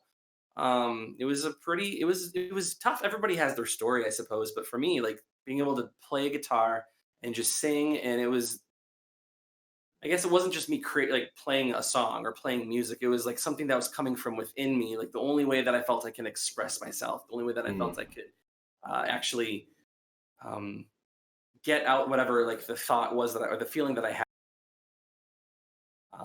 And so that was, I just write my own little song, later on forget the next week, but the fact that I was able to have that sort of cathartic release, I think, was what helped to keep me grounded. And then, of course, just as Marilee said, growing up, those moments of song, those moments of, were the happy times. Yeah, those are the happy times. I really have to, applaud my mom for creating that sort of atmosphere. Sure.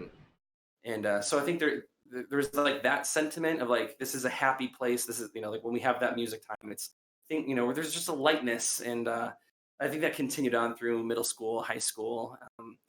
And even after college, I lived down in Florida as a full-time musician, and I was playing, leading music at a church out there. And for, a lot of reasons, ended up kind of closing the door on that chapter of life and hitting the reset button, moving back to Chicago area. And I think I've always tried, as an adult now, I've sometimes tried to be like, screw music. I'm done. Pursue something that sees like it's either like a dead end or, whatever. And I did 5 years of college, did a lot of music as well. Kind of same as Marcus, did, the music theory and all that business. But it's almost like you're your worst critic sometimes. Oh God. You're the one that prohibits you. Yeah. Yep. And I've tried to just like put it down, say, I shouldn't follow language, but yeah, I'm done with you, music, and it's just, I keep to it. I realize I can't not do it. So, and that's fine. I've embraced it now, and I see where, how far I can go. I wish I could say that there was like, oh yeah, that one artist was super influential, but like, I still feel like I'm playing catch up from, 30 years of just not knowing music. So like, people will mention an artist, I'm like, I'm going to go Google them and listen to their music. And yeah. So, yeah, I know I hope that answered the question for the moment of honesty. Definitely. So for us, it's just been experience, I think. Yeah. Is what we'd have to say, not like a specific artist. It's just been like experience. Well, we've grown up with this style of music. Like, we've made our own, I guess. So, homegrown? I don't know. How about you guys? What's your story? Who goes first? I don't care. I can go then. If I'm going to pick an artist, I think I kind of have to pick like a group of artists that really, I think, even though at the time I don't think I really realized it, they kind of like embedded into the back of my brain somewhere and really influenced what I was interested in. And I don't think I exactly knew why at the time, but essentially on my dad's side of the family, because I come from a broken home too, where my parents divorced. Lots of violence, physical violence, mental abusive, all that kind of stuff. I mean, so music was definitely an escape and an outlet for me as well. Something to get out aggression, something to get out pain. But when I would have visitation with my dad, sometimes we would go to this place really far up north, like Upper Michigan. I was a Youper for a while, like a legit Youper. I could talk for hours just about fishing, hunting. All the good it stuff. doesn't seem like something probably that I would do, maybe with the beer. Yeah, I've like gutted a deer. I've dressed a pheasant, like as gutted it, basically like took all the feathers, all that kind of stuff. But anyways, we would go to this camp, this hunting camp. There's no electricity there except for what the generator provides, and so that was kind of a luxury. And when we did put the generator on in camp, is basically a glorified barn that we would stay in when we were hunting out at camp. When we would have the generator on, it was mostly to put on a radio. And at the time, the only radio station in Upper Michigan, out in the middle of nowhere, was country music, essentially.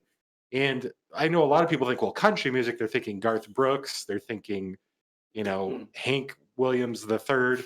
But the stuff that they played on this station was Merle Haggard, Johnny Cash, Hank the First, Chris Christopherson, Dolly Parton, Bill Monroe. All this stuff, like at the time, I thought it was, I think I secretly, I'm getting distracted by chat, but I've been to Marquette, Michigan. Yes, I have family there. But there was something, especially Johnny Cash, there was something about these were people that in some way, not only were they bucking against Nashville, but they were kind of like it was like the punk music of country music, in the sense that these are like the rebels of that genre. Like these are people who had lived really tough lives. And, Johnny Cash's story is just insane. The fact that he, if it wasn't for the Carter family, he probably wouldn't have survived. Take what you will. He cheated on his wife. She deserved to be upset with him and with June Carter. We won't get into that. But either way, if it weren't for the Carter family, really, Johnny Cash, we probably wouldn't have had him as long as we did. But just this idea of these people who had seen, suffering probably deeper than I understood at the time, and had these songs that, at the time I didn't realize connected with me, because it really kind of, it embedded in my brain as I went through my journey. So to me, kind of that genre of just outlaw artists really kind of stuck with me and continued to. Maybe because you could relate with them. Yeah, definitely. Right? Just the things like not fitting into the stigma. Right. And not to get too dark. I mean, when you're basically 4 or 5 and you see your dad put a loaded gun to your mom's head, you've seen dark things very early in your life. And it's not to make people feel bad for you, but you understand that life can get really complex and difficult very quickly at a very early age. And for some people, it's different. And it's not that one person's better or worse. It's just that we have a diverse set of experiences, and we can take those experiences and do what we will with them. And these artists kind of, I think, really kind of portrayed that and expressed that in a way that I didn't want to admit, I think, got in touch with me, because it was country music, right? Like I was trying to be like in industrial music, but there was something about the simplicity of some of those songs and the beauty of the, one song, it's a Chris Christopherson song. It's called the bottle to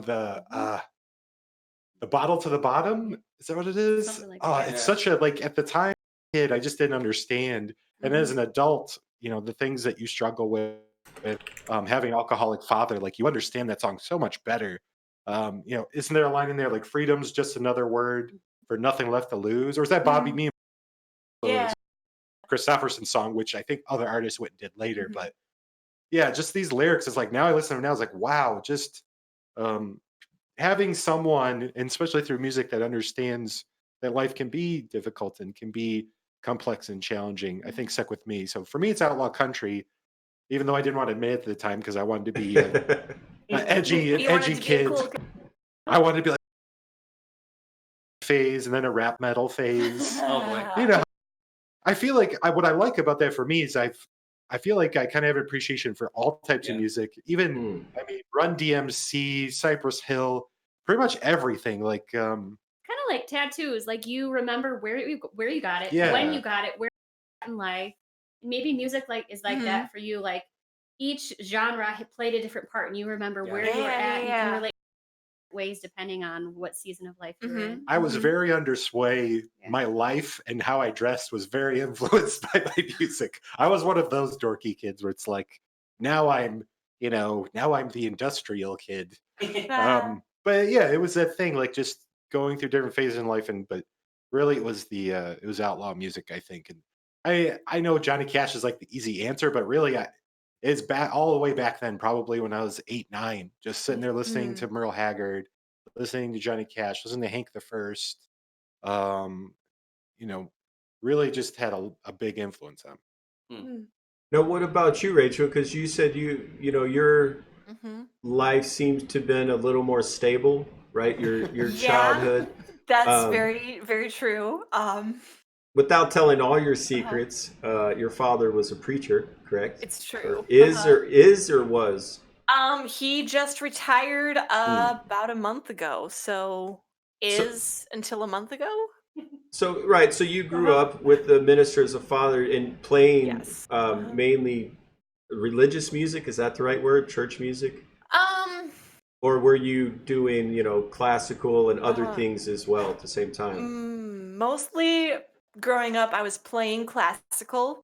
The first CD that I ever owned was a Christmas present when I was in like 5th or 6th grade, I think. And it was Itzhak Perlman playing a bunch of concertos that he had learned when he was a child. And I was really excited because one of the songs on that CD was one that I had just learned a few months prior. So yeah, a lot of classical music growing up. Bach is a big favorite, Handel, really all of like Vivaldi. Yeah, I'm a big fan of the Baroque period. You make us all seem so unrefined now. Sorry, but then also, concerto. No, yeah, exactly. Which is true. But also, I grew up a lot of times. So my dad was a pastor, is. My mom is a teacher. She teaches English as a second language, and for a lot of years when I was growing up, she was teaching part-time, which meant that she would have evening classes several times a week. And so it would be my dad and my brother and me at home, and mom would be teaching. And when mom was gone, dad's music was on. That would be like the 60s classic rock, like the Beatles and the Beach Boys and some Johnny Cash and some, just like the Billboard top songs from like the late 60s, early 70s was pretty much what we listened to when mom was not there. And so, yeah, a lot of that stuff was influential. And then like as I got older and like started listening to music on my own, I fell into the hole of if it's not on the Christian radio station, then it's evil. And so I would listen to a lot of pop Christian stuff. So how did you find a band like Under Oath? In that reality. Edgy. That was. So I've struggled with depression and anxiety for most of like my first anxiety attack was when I was 8 years old.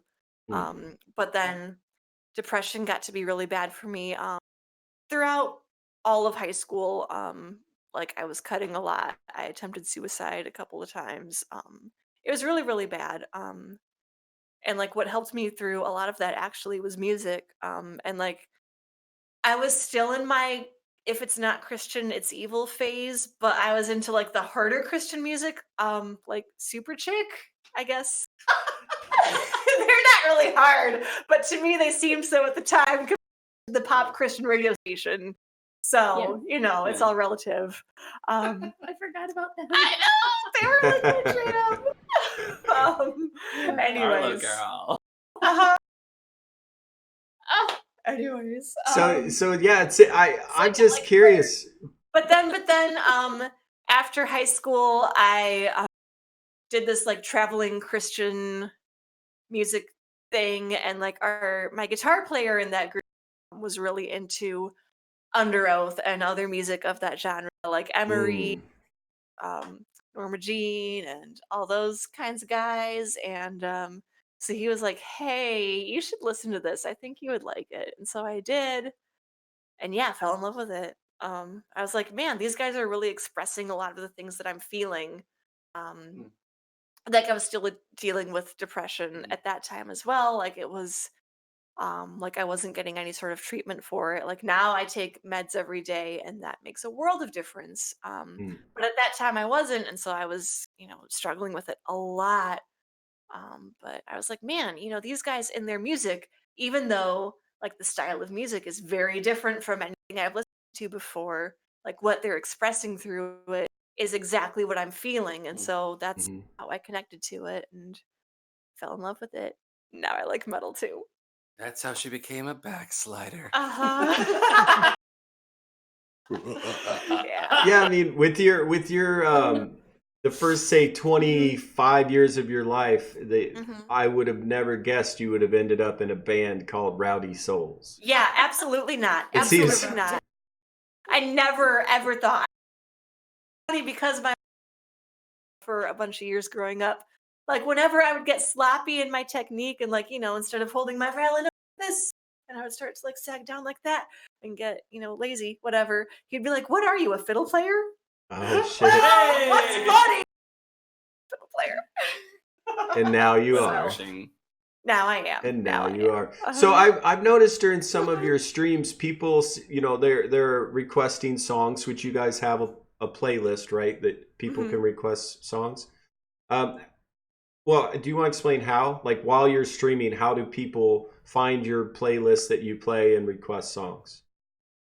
Sure. It's basically we're using the Tidy Labs bot, and we had a streamer song list from Twitch days that still exists, and so they can, for now, basically just paste a request in chat. They can go look. It needs some love. There's a lot of songs missing. There's songs we used to do when we still had our banjo player who was very multi-talented, so there's a lot of stuff he would leave. A lot of our Doc Watson songs he really just kind of took head of, and a couple other songs, I think like a Dale but yeah, so basically using the bot, putting SL, they can go look at that song list and basically just paste, and or if they're interested in something new that's not there. Sorry, I'm trying not to get stricter at chance. Preceptor's he's trying to get us. Preceptor. He's not going to win. He's a G for Twitch, so we really appreciate him being here. But so what's funny, I'm sorry to get derailed by chat for a minute. What's funny about your comment, Preceptor Box Screamo, is one of the classical violinists who I love very much, Rachel Barton Pine. She is also a big metalhead and there you go. has talked in interviews about how a lot of those heavy metal guys are very influenced by classical music. And there was like, she tells the story of one day she was hanging out with the lead guitar from, I forget which metal band. If you say the band, I'll know who he is. Probably. I just forget. Anyways, like one of those like, old school like OG metal bands from like way back in the day. Elvis? Well, let's not get into that topic. I've got problems with Elvis.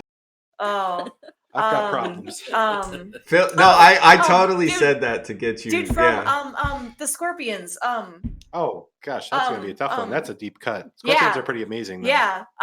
Anyways, that dude, she was like hanging out with him, and I guess dude was like, "Oh, can you play my favorite spot from this one piece?" I forget who the composer was, but anyways, then she went on in the interview to be like, "Oh yeah," and so incorporated like that spot into like all of his guitar solos, and then all of the other guitarists who have been influenced by him have also started playing that spot, which they think is from him, but actually it's from this classical composer. And anyways, the classical and metal, they go together really well. The best friends. Yes. Maybe Sorry. a new genre, maybe you got classical metal. It's funny because she actually played in a metal band for some time, and it's fantastic.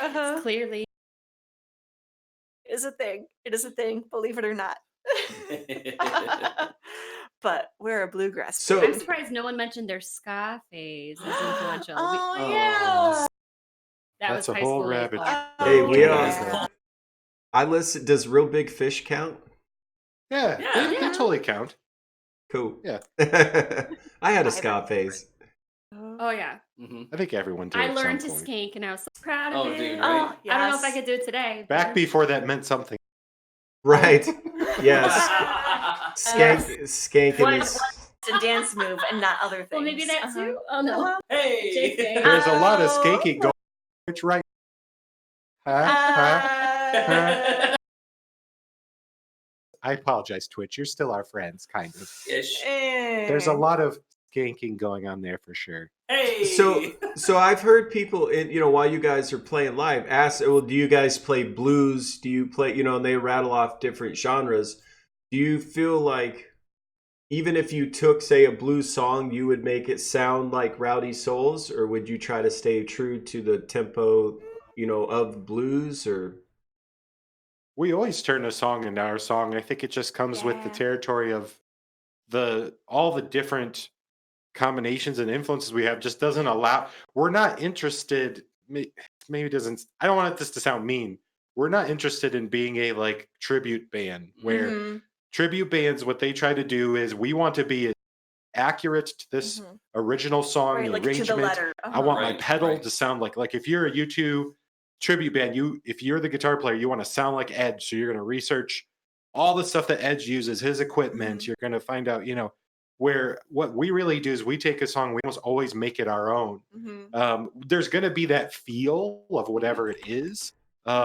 Yeah, And if that's it something is, we intentionally do. Like we try to figure out Oh, what yeah. is it in a song that's characteristic.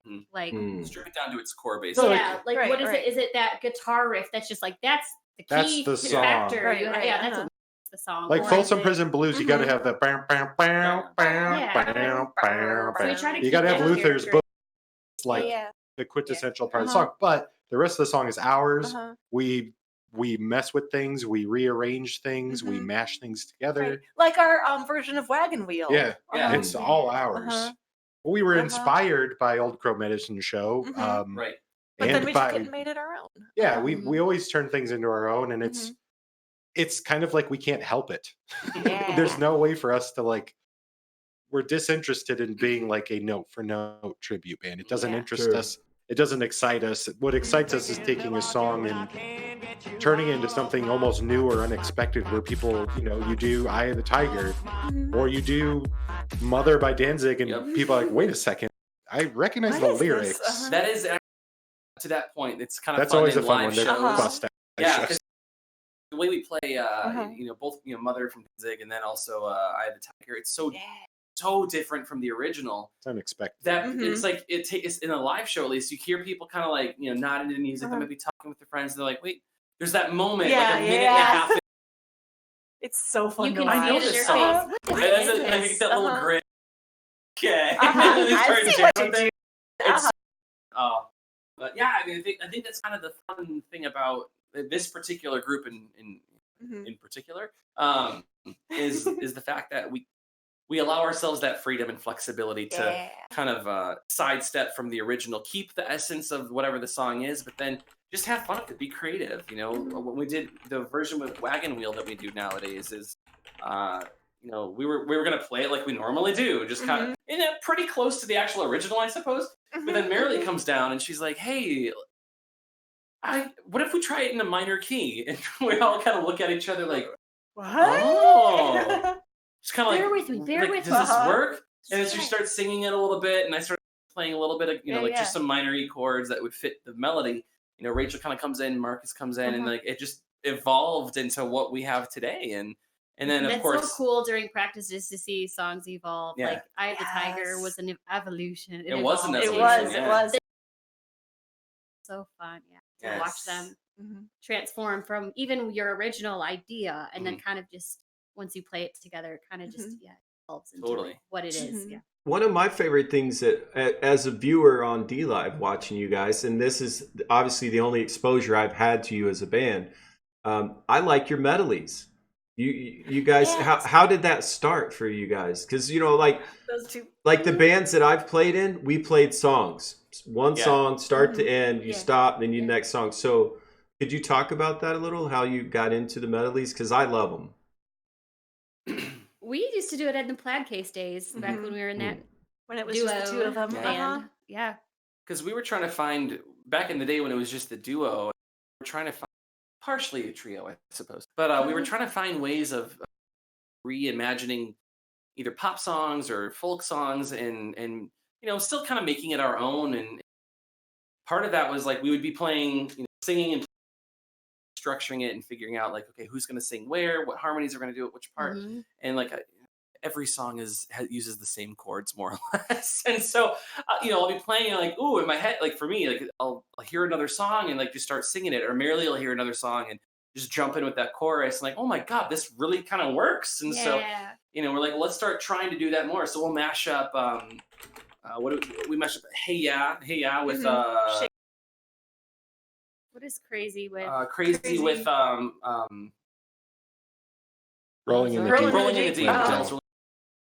It's just fun to find songs that fit. We did at one point mash up I Have the Tiger with Mother, and then it's like, well, sonically it might work, but lyrically it's so there's no connection. Right. So like, okay, well, and then there was also the thing of like people love I Have the Tiger so much, and so we decided that we want to like milk that and keep it going for longer instead of making the song shorter. Right. So that we could fit both.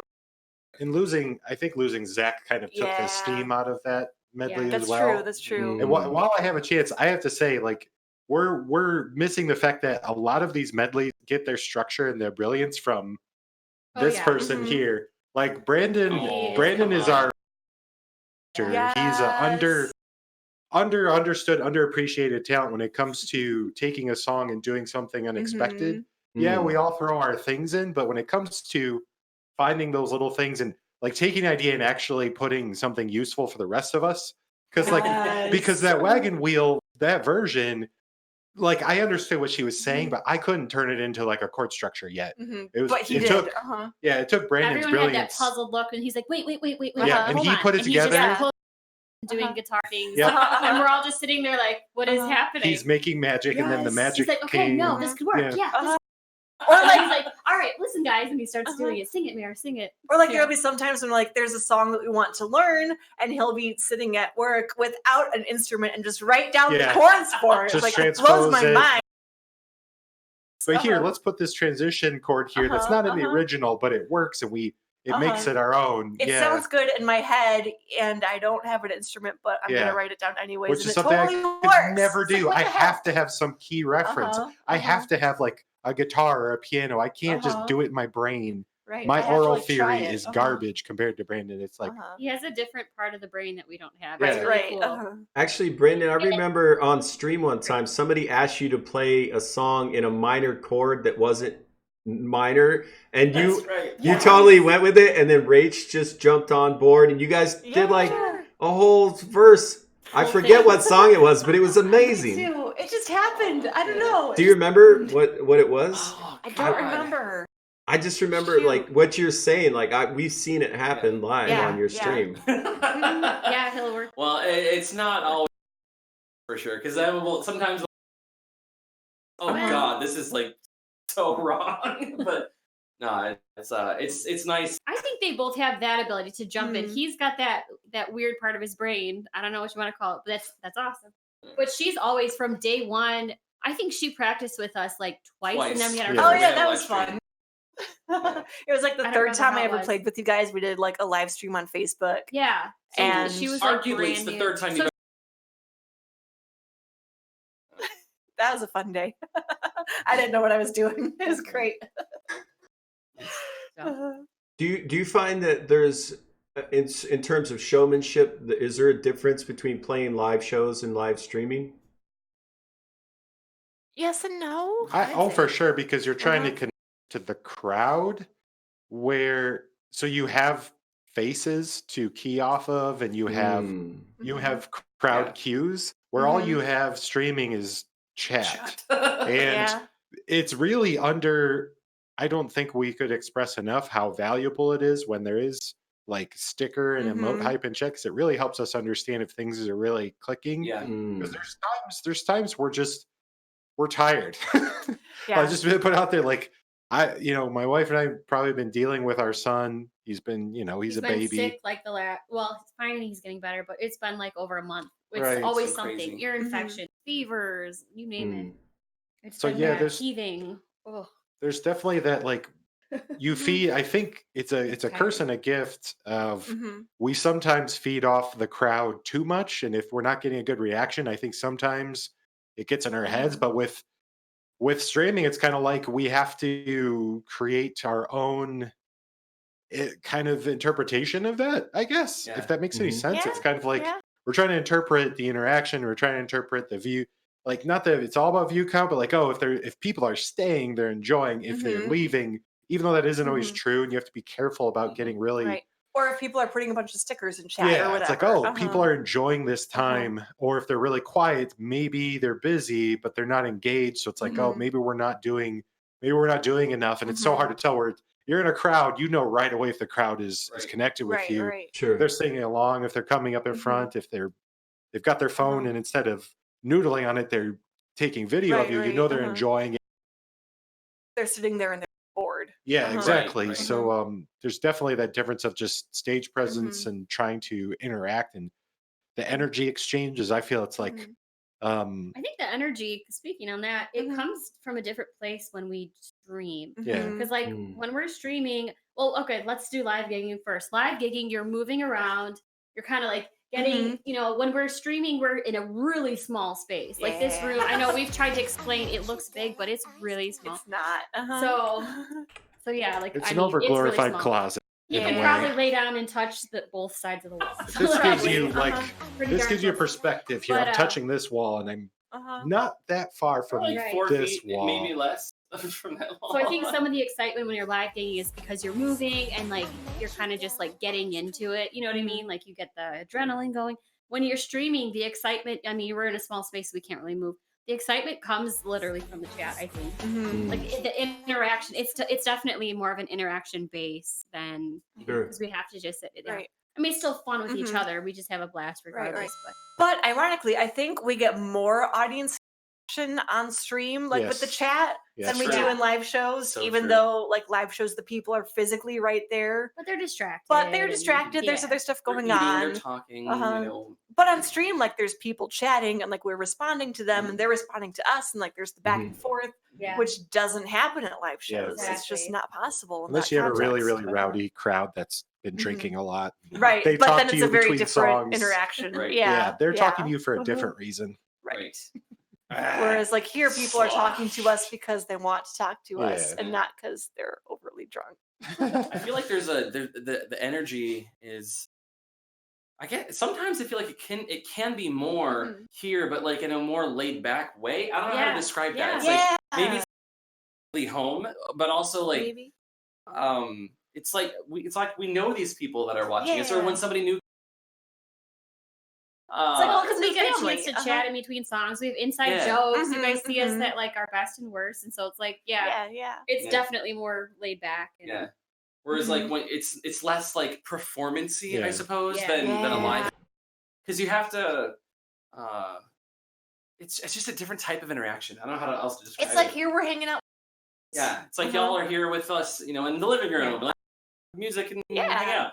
You know, when you're at a venue, you're getting paid to play, so you kind of have to bring it in a way. Like there's kind of a lot of expectation that they have for you because they're paying you. So yeah, well, gotta make sure we do what the venue wants.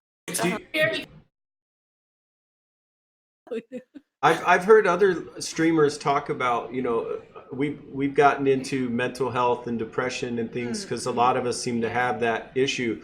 Do you find that when you turn the stream off, you feel that like as a loss, like you miss that interaction, or is it you guys handle it pretty well because you're used to doing the live shows?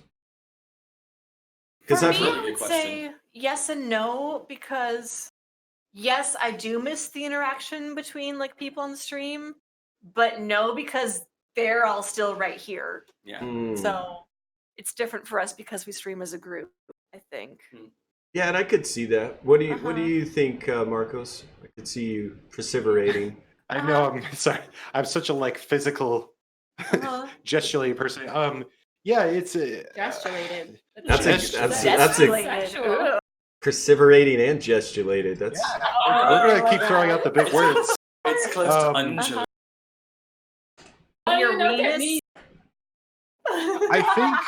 I think the thing that maybe someone who's maybe like a chatting streamer or a game streamer may not understand is that it can be really strangely taxing to perform in a way musically, because there's so many parts of your brain, and then your physicality actually involved. Like, I remember when I game streamed, I could stream for like 4 or 5 hours and the time would just fly, because you're basically playing a game, you're interacting with chat. I'd still feel exhausted and I get cotton mouth because you're and I would tell a lot of jokes, so it's kind of like playing a game, doing it well, telling jokes, interacting, but I didn't have to tax my body and then like tax certain parts of my brain. When playing music, you're kind of really engaging a lot of different parts of your brain. You're physically standing. My instrument, I think especially, is really physically demanding. Yeah. I'm trying to get better at that because it's still new to me. The upright bass. Yeah. It's heavy. really It's hard to heavy. play. It's not complaining. It's just, it takes It's a lot out of me. bulky, My wrists are shot. So after that, it's almost like a physical washout of just, yes, there are some like an endorphin loss, but we're often just completely spent after, where I think when I used to game stream, I feel like, well, I'm just stopping because I have to go to bed and get up for work. I could do it. Not that it's not hard. It's just, I feel like it just engaged a different part of me, where music streaming is like, you hit that 3-4 hour mark, you're wiped because you've put so much out. You're really focusing on the complexity of a song and physically playing and interacting with chat. And you can't like turn your brain off like the game. Not that you do, because you're chatting and stuff. Right. You can't Because really. you have to be like, all right, we do the chorus next, and then we always go to verse 3, and then we like to do an acapella here. Right. And then Don't it's forget first where the solo. Like, you have to changeover. Okay, what is it my fingers and my arms are doing? Yes. And how does it all connect to the song? And Or my struggle of what the hell key are we playing in again? yes. Shoot, Why can't I find Man of Constant Sorrow? We need to Yeah. just like paste that in, because we're always like, what is it under? Man. No, it's not under man. So pivot again. Find it in our So- Google Drive. So I just want to put this out there, guys. If in the audience, if you have questions for the band, go ahead and start filtering them in. And you guys, feel free to start reading out of chat and answering questions directly. Yeah. Um, Bama Joe's voice helps me sleep too. Yeah, Mem says Joe's voice helps me sleep. yeah, I have at least 4 different people that come into my chat just because they want help falling asleep. Aww. I can't even tell you how many times. Yeah. But dude, like, it's about boring. Like, I can't. No, it's like you're calming and peaceful and chill and awesome. Anyways. Well, I appreciate that. Yes. So I want to ask you this while we're waiting for questions to come in. Do you guys have a regular streaming schedule as a band yet on DLive? That sounds like a no. Yes, Sundays. We're trying. We and sometimes Wednesday nights. And again, this isn't to complain. I think it's just explain to people. Again, when you're like one person streaming, it's a lot easier to arrange that, to sit down at a computer, to do what you're doing, even if it's solo music, because you're arranging one person's schedule. Right. To arrange 4 people's schedule, and then to have the extra, and it's not an excuse or to make people feel bad, but having the baby, we have to be really considerate of that and figure out how that works. And building. That means we start later, pretty much. Yeah. A lot of, like when he's the up by baby's 5 asleep. every morning. Yeah, I work at So 5. when we start at 8:30 and we're done by 11:30, he's like, "Great, I work good." I get up at 5. Well, to and work. then I work retail, and so my schedule is different literally all the time, Right. and so I can never count on like, okay, I'm free consistently, except for so Sundays. It seems to be, and then we try to do Wednesday, but We're sometimes we trying. have So would you mind if I answered my own question? sure. Sure. For anybody listening, they generally play Sunday at 8:30 Central Standard Time. Yes. Generally, yes. There it is. When there's discrepancies, but yeah, that's a pretty. And then Wednesdays when we can, I'd love for us to really nail down a schedule. It's just still just kind of a challenge. We're trying to figure things out, and part of that was me setting up this space and buying the dedicated equipment because we were borrowing our band gear to do it. Basically, to double all of our gear. Yeah, Right, I basically Literally. replicated it here, including our in-ears, because we're spoiled brats now and have wired in-ears. But now we have stuff that can stay here for Yes. streaming always, and then Which- stuff that we take with us to and from It's not live like gigs. an And hour so of setup Yeah. Because before we'd have to the entire like if we have like today we had a show we like we would have had to gutted the entire room, brought it to the show, and then okay, well we're streaming tomorrow, so we gotta we gotta get everything set up again. It's a lot. Tonight, like okay, we have a few hours. This would have never happened without the setup. The way it was before, this would have never happened because we would just wouldn't have time or the energy to do it. So that I'm hoping we can be more consistent, and it's never a thing of I just don't want to do it. It's like honestly, it's a lot harder to arrange 4 people's schedules than it is to arrange one. Right. It's a lot of it's just not possible. Yeah, sure. Yeah. Like if you're closing or something, right? Work, then I can't be here. And like I work consistent hours every week, but I also commute literally 100 miles a day, 106 miles if you're going to be specific. That's a so lot. It's a lot. So I mean, by the time I get home, I'm wiped, and so if anybody follows me on my channel, I'm like, I need a break, guys. I'm sorry, I can't stream. It's tiring. So yeah. So this is a question for everybody but Brandon. How do you guys feel about him? Solo streaming music. Hey, I think it's cool. I'm excited about these. Everybody. You don't get to talk. That's right. I have been telling Brandon to do this since before we were on Twitch. Oh wow! I have known that Brandon's talent, ability, his musical capabilities, and then when people get to know him and have fun in his chat, that people would be drawn to that and have enjoyment, and then he would get enjoyment from it as well. I've been pushing for this and being annoying and trying to teach him how this all for easily 3+ years, saying you need to do this. And I told him if I was as talented as him or our old banjo player, I would be streaming. I would be grinding out and streaming every night, but I'm not. I know I'm not that guy. Oh. I'm the facilitator. I'm the background guy who builds things and designs things and facilitates. I'm not the person that can sit there. I'm little secret hint, I am going to start streaming solo drum covers. Woohoo! So excited for that. Self plug in the middle of plug. Brandon, I'm very excited about it. I'm very proud of him because I've been trying to help facilitate this, push him, but not force him. I knew it would be something that would be fulfilling for him, so I'm very excited for him. I think because he can be more available being one person, I think he could easily overshadow us. Excites me. That doesn't intimidate me or scare me or think that we're gonna lose. I would be so happy for us to have people be so much more interested in that because I feel like there's so much opportunity there, and that would just bring me joy.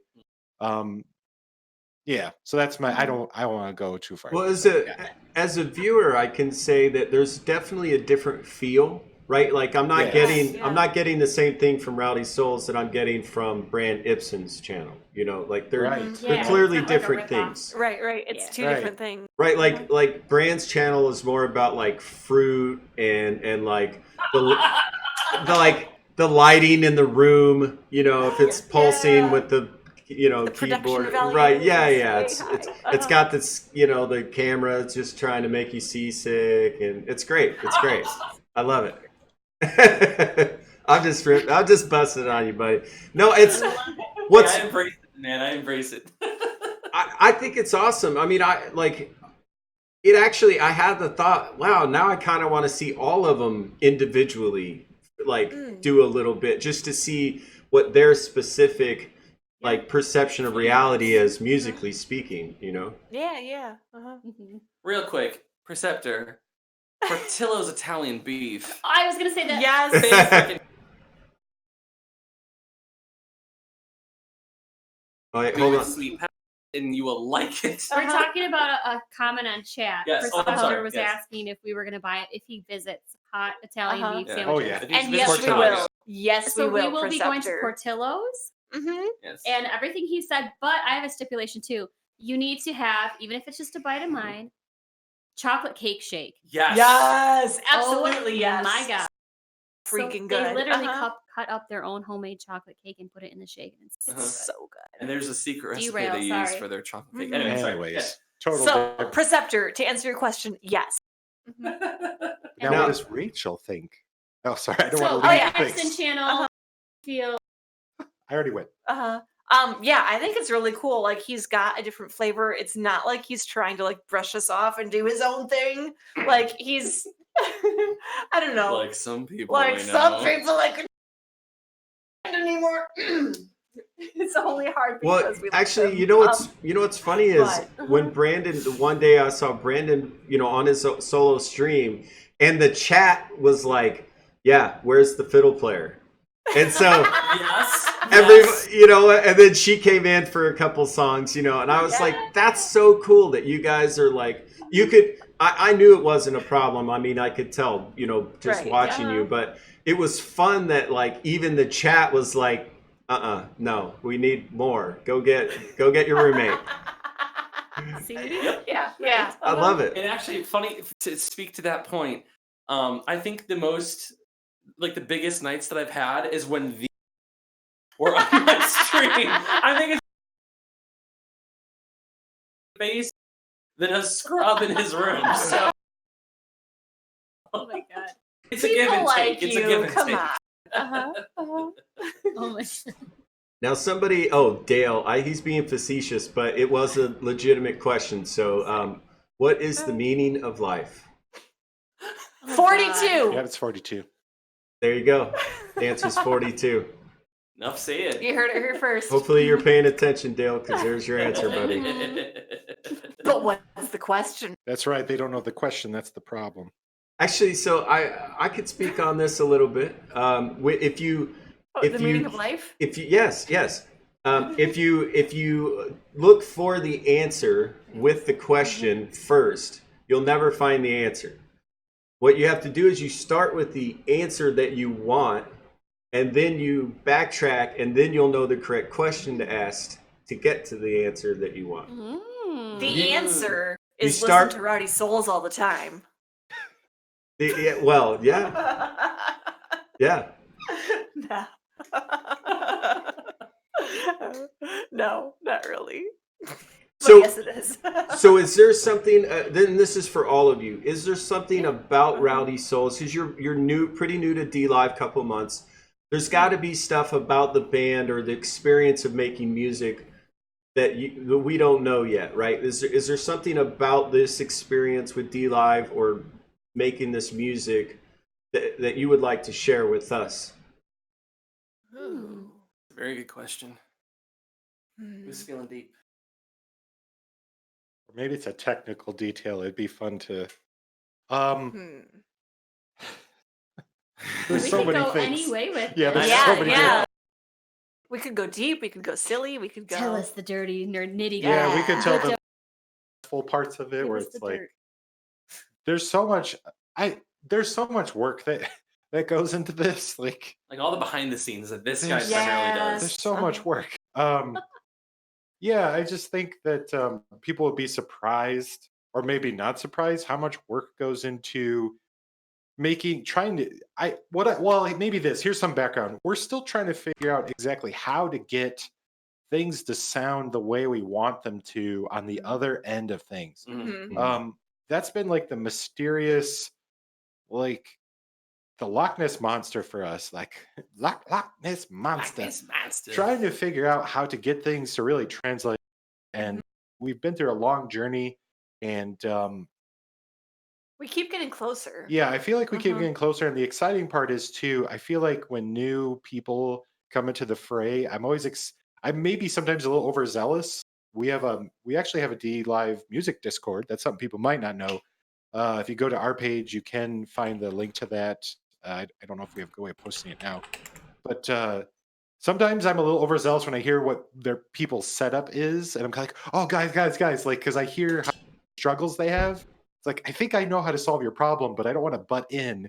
But I feel like the cool part of this is I'm really hoping we can build this experience and then be mentors in this space. Mhm. And not in the sense that like we know best, but like, hey, we've done this whole band We've thing been when I down feel that like road. Mhm. Yeah.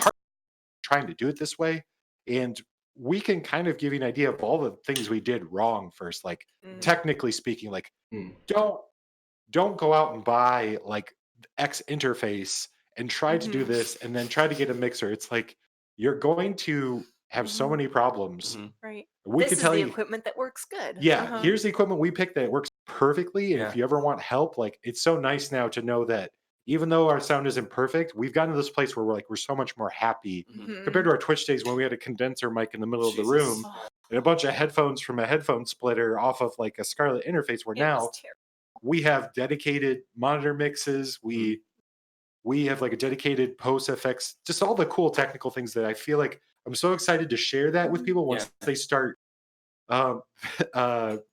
maybe respecting what we're doing and seeing the value of it, and us being able to like come and like help them. And I love, that's one of the things I love to do is like help facilitate people being successful, even if I get nothing out of it other than just seeing them flourish. Like gets me, that's like what gets me up in the morning, gets me jazzed. So like back to the Brandon thing, like some people could maybe get really intimidated and think like that's gonna take attention away from us. Like, no, I'm so excited. Like, how can I be a part of being the grease on the wheels? Or no one sees me and even knows I'm in the background, but I'm so excited to see where this goes. If I'm just if I'm just a cog in there that keeps the thing moving, that's what it, and if we get to be that for new bands and new musicians, that's really exciting to me. And I think the work we put in, maybe people don't understand, like we put a lot of work into making it. It's not perfect. Especially this guy. Well, let me ask you a question. A big part of streaming, like a big part of what this Fireside Chat Live podcast is that I do here is asking not only about the guest, but try to get tips and tricks, right? Helpful hints for new streamers. So when you guys are streaming the band, you've got all kinds of mics, you've got hardware, right? You still have the stuff that most of us have, which is like OBS, right? You've got to run your Discord chat, you've got to run, right? So who runs the technical side of the stream for RowdySouls? It's a mixture of Brandon and I. Like Brandon is this when it comes to mixing. When it comes to actually mixing and like making sure it's mixed in the way that it would sound good live, effects, reverb, compression. I know a little bit of that, but when it really comes down to the expertise of that, it's Brandon. But the technical side of the OBS, the biggest struggle for us that a lot of people probably overlook or maybe not understand is routing. OBS doesn't like more than 2 channels. It offers more, but it only allows for 2. It only allows for 2 routed channels off of most, except for the one we have. And that's why I don't know another interface that does that. So that's been a big challenge for us. Is I think a lot of music streamers, what they do is they buy a physical analog mixer, they run left and right into an interface, and then they route the interface left and right to OBS. What we do, it's a little different. We have a digital mixer that's also an interface. We're able to post effects, down mix that as if they were main speakers directly to OBS. There's no interface in between. And I think that gives us a lot of advantages. And we also get to mix everything. Like Brandon's grabbing the tablet. So I literally have, this is probably not even. So I have my here, and I have like all channels. Same old dancing right there. You scroll over, you got your effects. I can do anything from adjust sends. I have the gate option, so I set everybody's gate the correct way. I've got their compression. I can adjust, and you can adjust everything. You can do that from your phone. From like the millisecond. So the attack on your this is really technically probably boring for most people, but you can set the attack and the release and the gain and how wet or dry your compression is. I EQ every single channel according to how what the needs are. Can I answer Perceptor's question? Yeah. So Perceptor, we have an interesting history of hatred with Voice Meter, much hatred, which led us to the XR18. We don't have to. Here's the beautiful thing about our mixer is what Voice Meter does, our mixer does out of the box. It has a full routing board built into the software, because that was the other struggle is most people are trying to figure out how to get more than 2 channels locally routed down to 2 channels like post effects. And that's what Voice Meter does, but there's so many hoops to jump through and you're basically running all these digital cables. Our mixer does that out of the box. There's a whole routing board and you can it's literally 2 settings in there, because we went through so many hoops trying to get my Scarlett interface to do that. And Brandon had the same one. And I watched all kinds of tutorials. We banged our heads against the wall and we're so frustrated. we bought this board as a live board and just let's try it for streaming as well. And it was like magic. It was like so pretty much. I mean, there was a little bit of finagling. Figure out things, but oh god, it's like you don't have to use like, okay, you have to go through the back channel with this and use that and route that through this and then it goes to OBS. Like it's so simple. But yeah, this exact interface we actually use for our live shows. So I actually use my iPad. I mix everything. So I have 2 questions. I noticed when you guys first started streaming, Marilee always seemed to be holding. At first, I didn't know what it was, and I figured out it was a mouse. So just curious, like what that's what you're doing with the mouse. Okay, well here's the thing. Sometimes we play. Well, okay, a lot of times we have tablets in front of us. I don't know if you see that on stream. No. So in that case, okay, so we have like tablet stands, and we each all have our tablets. That's like there's the set list, and you might have like what key it's in, or for me, I have sometimes if it's a long song with the super wordy, I'll have like keywords on it so I can remember like what the general feel of each verse or whatever. But when we use the mouse, that's because like we have multiple monitors. So here we have 2 at Brands. You have 4, 3, 3. I'm a little excessive. And sometimes a tablet. So yeah, excessive.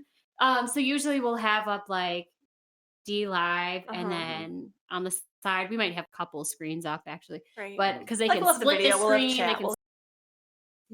But usually what I'm doing is I'm scrolling. Like if it's a really wordy song, mostly for my sake because I can't remember lyrics to save my life. So she's my saving grace. Yeah, I'll usually be scrolling. Did someone say mouse? Yes, chat. Someone said mouse. Well, I'll usually be scrolling down so he can remember lyrics or whatever. And to expand on that, people I think forget the fact that like we are, even though we want to be an original music band, we do a lot of covers and there are auditions. We probably easily do over 150 easily. I mean, I haven't counted. Oh yeah. Remembering the lyrics to all those songs is just 150 whatever.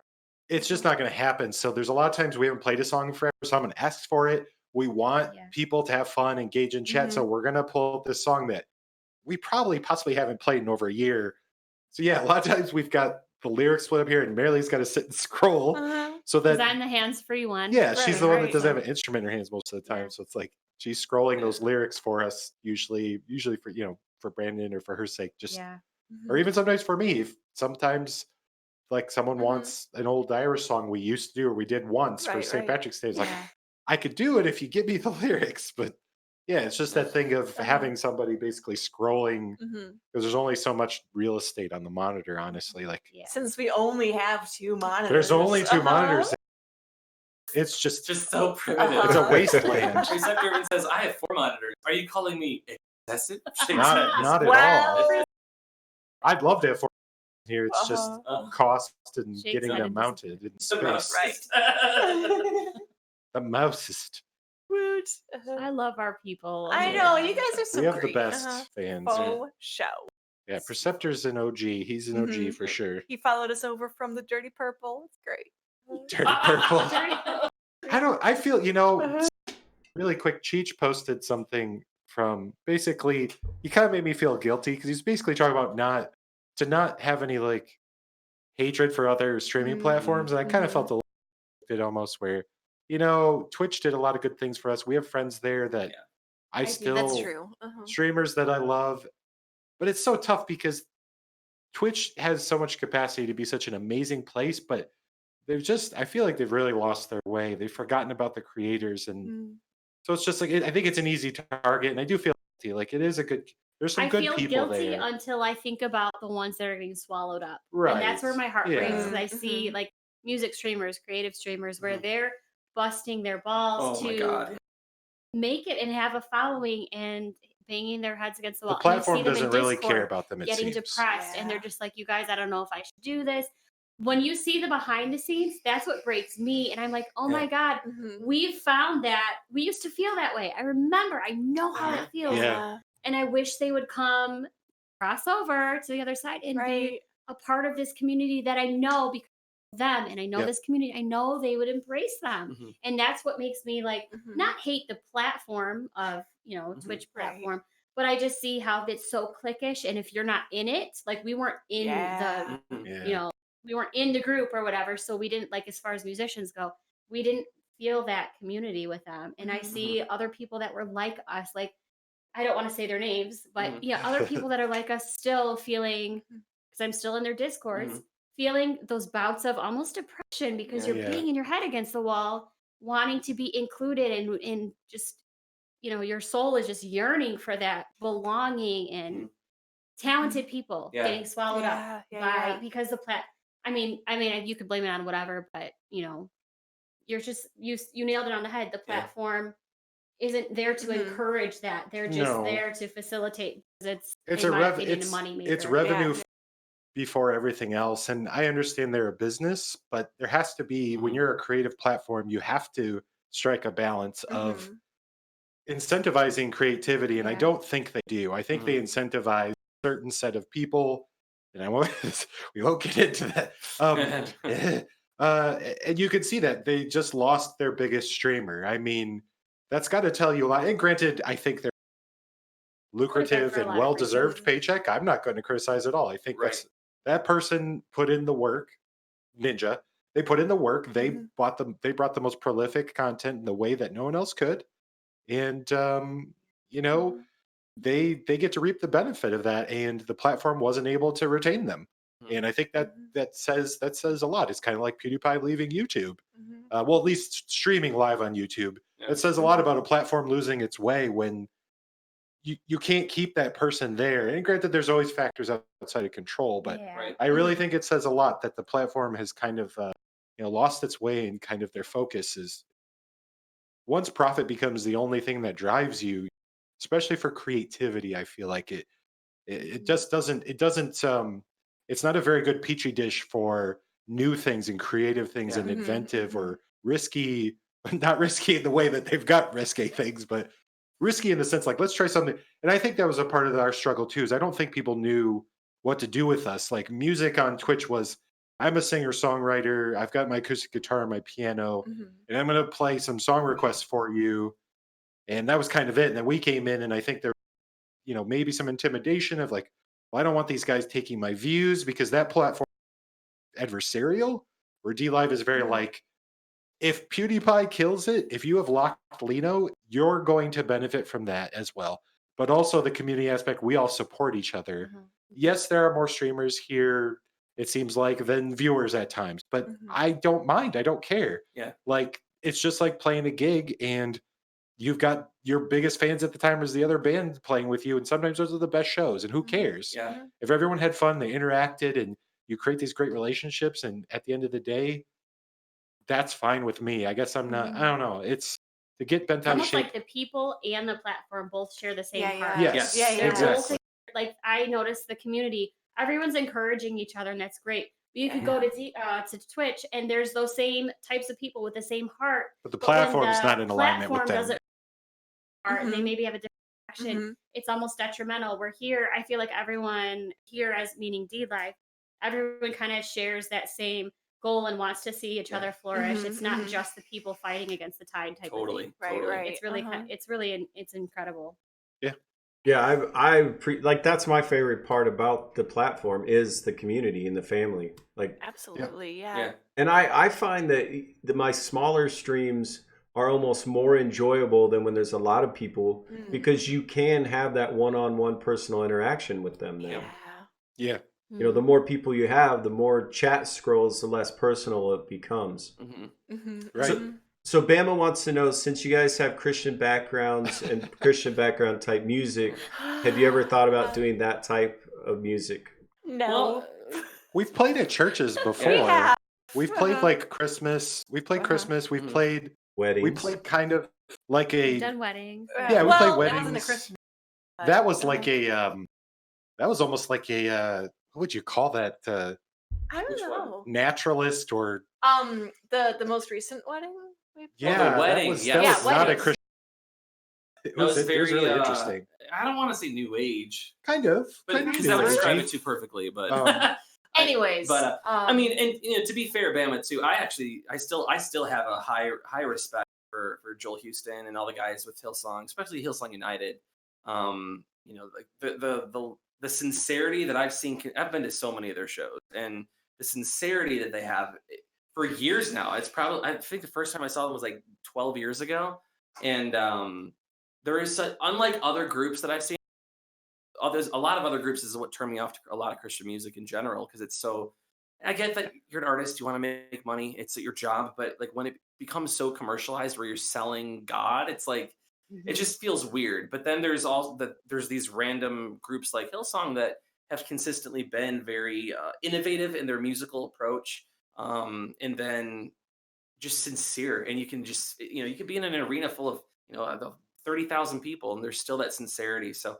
Not necessarily the music that I play. I've been very inspired by them. I think a lot of us probably have, because we've doing that kind of. It's just in our blood. Like we have that ingrained into us to some degree. Probably some more than others, but we enjoy the music that we're doing. We feel like it expresses a lot of what we want. Some of the lyrics are a little edgy, I guess. Yeah. Oh my gosh, that song is very dark. Right. No, it's a great question. Though. And yes, Body Preceptor, totally agree about separating the radio station from music streaming. Oh gosh. Oh, absolutely yes. If DLive would do that, I mean, I know. I feel like there isn't. I think I know why they don't want to do it. I think because there isn't enough performing artists yet.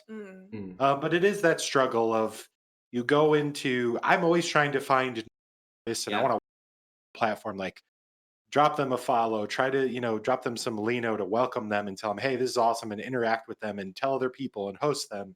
Because I want them to have that. I want them to feel the same way we did when we came in. People are just like people that didn't have to were just showing us so much support and love, and just being so cool to us and welcoming us.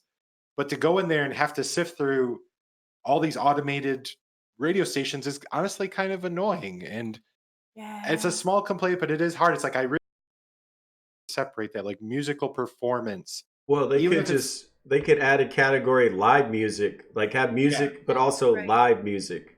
Right. Or like radio and live music or something. Well, I think that's why a lot of the music, almost every single music streamer that seen so far, they're all under chat. That frustrates me. That frustrates me, though. Yeah, it is kind of frustrating. I'm very staunch. Like I'm the kind of person I'm going to basically stick to my guns, and I always put us in music because I want to.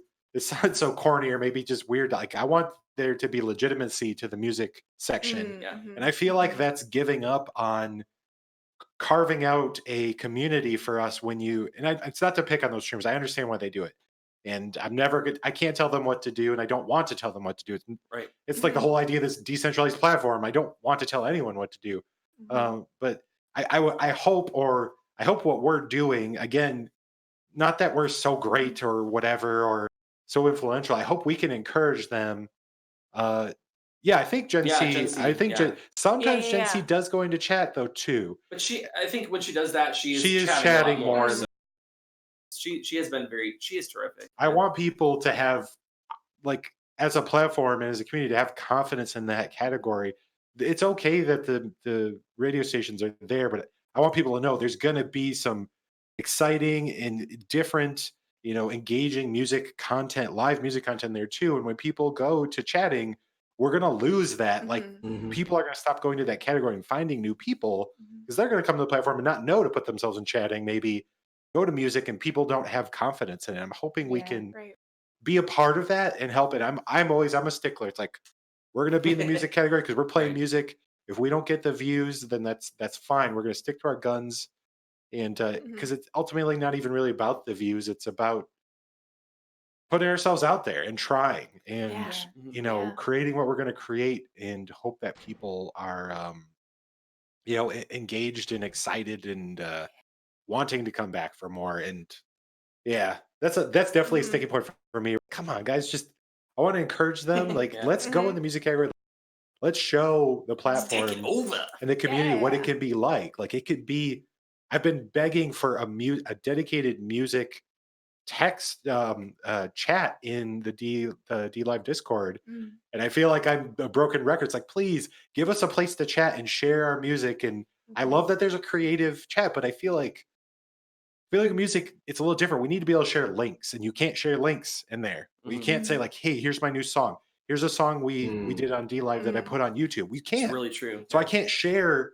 We can share clips off of the Tiny Labs, which is awesome. But I'd love to be able to say, hey, we uploaded on YouTube. We're excited about it. What do you guys think? What would you do? Or, we can't share those links. And that's frustrating when it's easy to share a picture because you can drop a picture, but you can't drop a song file. You can't. That's a tough thing. Like, how do we share what we're doing on DLive with people? We can't in creative. So I'm off my soapbox. Sorry, I don't want to control the conversation. Can I revisit a question that he had asked that I didn't get a chance to expand on? Sure, yeah. It won't be real long-winded. Well, maybe, I don't know. No, it won't be. It was talking about the behind the scenes, and they kind of talked about the technical stuff, he showed the tablet and he was talking about all this, but something about us that I guess you don't know until you know the people. It's about our, Marcus keeps touching on encouraging more or less streamers. But I think in our own way, we are all just the true heart of us as people. We are all encouragers in one way or another. And what I'm trying to get at is yes, we come here for fun, and yes, we come here for an experience and to hang out. Yeah. But at the end of the day, we all, and this is going to sound really cheesy, but we genuinely care our followers. Yeah. And if I know I could speak for everybody, if anyone were ever to need, I think we've all been through enough crap in our own way, shape, or form that we can definitely sympathize and empathize with anyone, even if it's not the same situation. Just understanding yes, I haven't been in that same situation, but I get the feelings. And just I personally, I love encouraging people. You can testify to that. We've been through some times, all of us. Just to let people just to understand us as a band, our heart is genuine, and we just love literally love people. And visit us on Discord if anyone is feeling down or whatever, discouraged. Reach out. And I speak for all of us. Absolutely. We're not just here for the fun, and we love. Once you're in our fold and under our wing, we've got you. So at any point in time, we can still have fun together. But if you ever need an encouraging word or whatever, it sounds so corny, but I seriously, speak for us when we say we're here to love on you too. Absolutely. Yeah. Everyone kind of needs that at times. You're not just a follow. You're not just a number. You're a part of the family now. Right. Yeah. I agree so with it sounds corny, and I'm do I say it or does it sound too cheesy? But No, I just know it's so true. Anyone that does watch this, I think we can all agree with that. Cheers. We're here. Cheers. We love Cheers. So when people subscribe to your channel, what is your channel's name? What are they for my channel? If you subscribe, it says Aloha. You're probably because part of the what you cut out. The Soul Crew. The thing that I wanted it to be doesn't fit. Which I wanted it to be. I think I wanted to call it the Rowdy Crew, but it doesn't fit. So I had to call it Soul Crew. So you're part of the Galley Crew, and that doesn't fit. It's too long. It's still cool. It's just that limitation of the characters. It's what do I put there? And it was because Cheech basically said, you need to go fill that out. It's yes, I know, but I realized it isn't permanent. I could change it anytime, but they're part of the Soul Crew, essentially. And being part of the Soul Crew means you're part of our family. And if people are down and having a tough time, always feel free to reach out in our Discord, and someone will respond to you. Of life, yeah. Good. That's what I've always. I tell my friends you can come over and look like shit. I don't care. Yeah. Just you be you. That's all. Crap. Just be you, and that's okay. Being you is enough. Yeah. And you don't have to put on that. And I know that's the same. You don't have to put on a face. You don't have to be the jolly person you always are. be real. If you, it's okay to be just where you're at. You don't have to like have all the answers and have it all figured out. Come to me when you're in the midst of the chaos and you don't have the answers, and that's fine. Yeah. And maybe I won't have the answers either, but we can work through, even if it's just We could just encouraging be you there to just with keep you in going, it. give you a little light. Like, I could go on forever, but like it's more than just, it's just the family, like Rachel was saying. It's more than just having a hangout time. Yeah. Like it's when it that comes too, to the heart but of it, of who we are, that's our heart. Is the people. We love people, So. even when they suck. Well, I mean, it makes perfect sense how you found DLive, how you ended up on DLive, and why you're enjoying it so much. Yeah. Because regardless of the drama that happens, because people are people, right? There's drama on DLive, there's drama on Twitch, there's drama on right? That doesn't matter. Like, you can choose to be a part of it, or you can choose to be above it, right? And so one thing that I like about you guys, your energy, you always try to keep a very positive energy on your streams, and you're very, like, you now, Marilee, like, you guys are always very encouraging and loving to the audience, and that shows. And I think that's why you've been accepted so readily on DLive and so quickly. It's part of that community family feel that we're trying to build, and you guys just that's what you do anyway, so it's a natural fit. That's a really good point. It's been great, because I found you guys right away, and a number of us streamers found you guys right away as a band when you got to DLive, and all of us collectively were like, yes, we need more artists, we need more musicians, we need more people creating unique content, right? And you guys were a breath of fresh air on DLive to me, so really, like, and this isn't me talking bad about any particular streamers, but so much of streaming was like first person shooters, right? Battle royales, things like that. So it's nice to see you guys, something so unique and so different, right? It's, and like you were alluding to on Twitch, it's such a large platform now that it's easy to just get lost in the noise. So when you guys came to DLive, it was like, oh, you're literally the only 4-piece band performing on DLive. So you know what I mean? Like, it's great. It's fantastic. So I would just personally like to encourage you guys to keep going and keep doing it. I mean, you found a worldwide audience, but more than that is a worldwide family and community of support.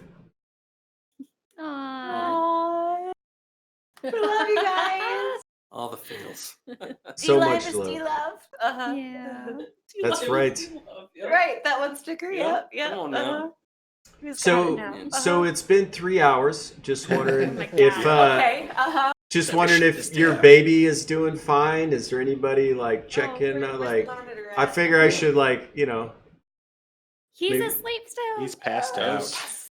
He's passed out. All right. I mean, it's kind of just we're kind of obligated to stream the times that we stream. Is like we have to wait until baby goes down. And, all right. And it works out, I guess, because we all work jobs, but still, it's good that he's passed out and sleeping soundly. God. After today, all day in the I don't sun. know if you have a potty break if you do. Otherwise, I could hold it a little longer. Well, I was going to say, I like to wrap up about 3 hour mark. That's because physically it is exhausting to and mentally to stay focused this long. So That's true. I'm sure the audience is feels the same as we do, which is like we've been here for 3 hours. Y'all are troopers, man. That's crazy. You guys are. And not all of us have a box of beer next to us that we could just keep reaching in. Right. It's magic, Yes. It's not so. That sounds like a failure of planning on their part. Throwing down the gauntlet. We were prepared. No, but I want to say, Joe, I really appreciate you having us on. Yeah. This means a lot. And again, I just appreciate, you, the support that you've given us, showing up on our stream. just being there, interacting with us, being a fan, being a supporter. I mean, it does mean a lot to us. You and Brookster, Cincy, Gooba, trying to remember all the original people where I feel like just really just showed us you guys are a big part of the reason why we're still here. And then the rest, Charles Wayne was a part of that. Charles Wayne was on our first stream talking to us. Like, didn't know community streams and stuff, but I was just like, my brain was broken. It's like, guys, he's pretty much like the founder of the platform. And I was like trying to like not freak out. We just really appreciate, because I know that no one's obligated to do the things they do and the kindness they show. And I think especially in the streaming and creative content creating world, there's always that temptation to not support other people, because there's always that fear that you're going to lose that follower to that new thing, or lose that subscriber to subscribe to a new channel. And I think it shows a lot of integrity to say, if something is good and if something is entertaining and engaging and legitimate and sincere, that you want to support it. So I really appreciate that. Not to get too sappy, but that means a lot to us. And we count every follower as just, we're so thankful. Every subscriber, every person who subs on YouTube or follows us or just hangs out in our chat, like no one's, again, like kind of like Brandon was saying earlier, like it's so cool to think like they're going to take their time out of their day to sit and to hang out with us like that. There's so much out there to take our attention, and so much out there that people could be doing, something else. And it's always so cool to just think like, they're interested in what we're doing, and we're excited where things are going to go, and excited to see what new things we can create for people. And it's what keeps us going. We work our day jobs. We honestly work our day jobs so we can do this. Like, this is what excites us. I mean, honestly, it's like, I get excited when we stream. Yeah, Like, you're like, we play a live show where it's like, I wish we could have streamed instead. We all felt that way after this show today. Like, when we got done, it's like blazing hot. We're sweating like crazy. The kind where like you're just glistening all over. It's just like dripping, and then like all sorts of technical difficulties. All the technical difficulties. We're like tearing everything. Carrying Can we just everything. stream? Can we just go back to streaming? Yes. And the answer is yes, you can. You could be on Fireside Chats with author Joe Holt. Come on. Exactly. Yes. Yeah, the fact that you'd find us worthy enough to and everybody in chat, man, you guys are just incredible. So, Preceptor, I mean, so many of you guys have been, Emma. obviously trucking with Joe too, so we love you guys. Well, does anybody else in chat have any questions for this lovely group of people? It's your last chance. This is your last chance until the next time.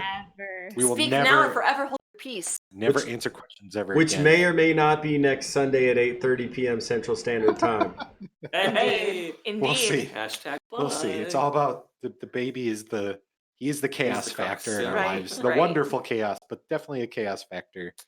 Yes, What's I going to happen? Indeed. definitely understand that. Is he going to sleep? Is he not going to sleep? Preceptor, we will feed you Yes. deep dish pizza. Yes. We'll take you to Lou Malnati's. Now, Where's don't the go to comment Gino's about East. pizza? I'll slap you in the face. Yes. Don't go to Giordano's. They're all fakers. You go to Preceptor, Lou's. you have the same I don't even know how to say it, the same idea of vacationing as we do. Whenever Eating. Marcus and I go on vacation, we always plan where we're going to go. Where are we gonna around eat or what drink? meals we have. It's not about sightseeing. Love it. It's not about like going scuba diving. It's like, It's about, like, but our- what can our we eat top- there? And what can we drink? It's sad. I know. It's really sad. And if Anyways. you've already been there and you're visiting, you already know the hot spots. Like, all right, Right. we have to go here. We have to Yeah. go here. Yeah. It's all We're about the food. favorites. It's true. Anyways. Dale, Illuminati's thank you for all that about- Yes, too. Dale. Yeah, I just want to echo Dale's sentiment, which is to say thank you to all four of you, for taking time. Yeah. I know you had a live show today. I know you were tired. And the fact that you still have spent 3 hours with us answering questions and being, forthright and open about some things. There's so many of our viewers that have very similar struggles to a lot of us. Yeah. And it's nice to have that sort of support, so I appreciate you guys being candid with us today. Definitely. Yeah, Sure. absolutely. So again, thank you for being here. I think we're going to go ahead and wrap it up. If you guys don't mind just hanging out for just a second, I'm going Yeah, for to sure. say goodbye to the stream, and I'll be right back with you guys, okay? Cool. Sounds Bye. good. Have a We good night, love y'all. y'all. So guys, I just want to say thank you for being here. This has been another Fireside Chat. I'm author Joe Holt. Fireside Chats are live podcasts that I do with other DLive streamers so that you can get to know them on a more personal level, you know, just not only them as a person, but also their experiences with streaming. And, you know, maybe there's something that you could pick up. So I've got a list of these on YouTube. This, I think, will be number 36. Fireside Chat. They average 2 to 3 hours. And so if you guys are new to DLive or new to streaming and you'd like to learn and pick up some tips and tricks, or just get to know some of the DLive streamers on a more personal level, head on over to my YouTube channel. For some reason, the exclamation point YouTube link is not working at the moment. So in my About section, there are links to all my social media. There you go. If you missed any of this Fireside Chat and you guys are interested in catching the whole thing right after we finish here, I will upload this to YouTube. So later this evening or tomorrow, you'll be able to see it in its entirety. And I'll also share the link with RowdySouls. So if you need to get it directly from them, you can. But again, wherever you are in the world, I love you. I wish you all the best. DLive is an incredible family, very supportive. RowdySouls has become a part of that group. And as you heard from them directly, very loving, very caring people. And they will help you if you need it. So wherever you are in the world, I wish you all the best. We're going to sign off. Let me find somebody that I can drop you guys off with. And I know some of you like sleep, some of you not so much. So for those that don't, how about, let's see, Fathead Noob. He's good people. He's staff, but he also likes to stream. He's just a damn fine dude. British, says things like cheeky and mate, you know, so if you don't mind that. Let's drop in and say hi. Fathead Noob. All right, aloha guys, see you soon. Let's drop in here. Let me go to visit channel. He's gonna say hi. I always like to, when I host somebody, go in and, oh shit, you know what I forgot to do? You know what I forgot to do? Hold on. You know what I forgot to do, guys? I forgot to give away the Lino. Again. So if I unhost him, will I go live again and I give it away? Or did it? I don't really know. All right, well. All right, so let's yeah, I don't know. It's gone. It's gone. It's gone. That's the second time I've done that, actually. All right, so let me stop recording.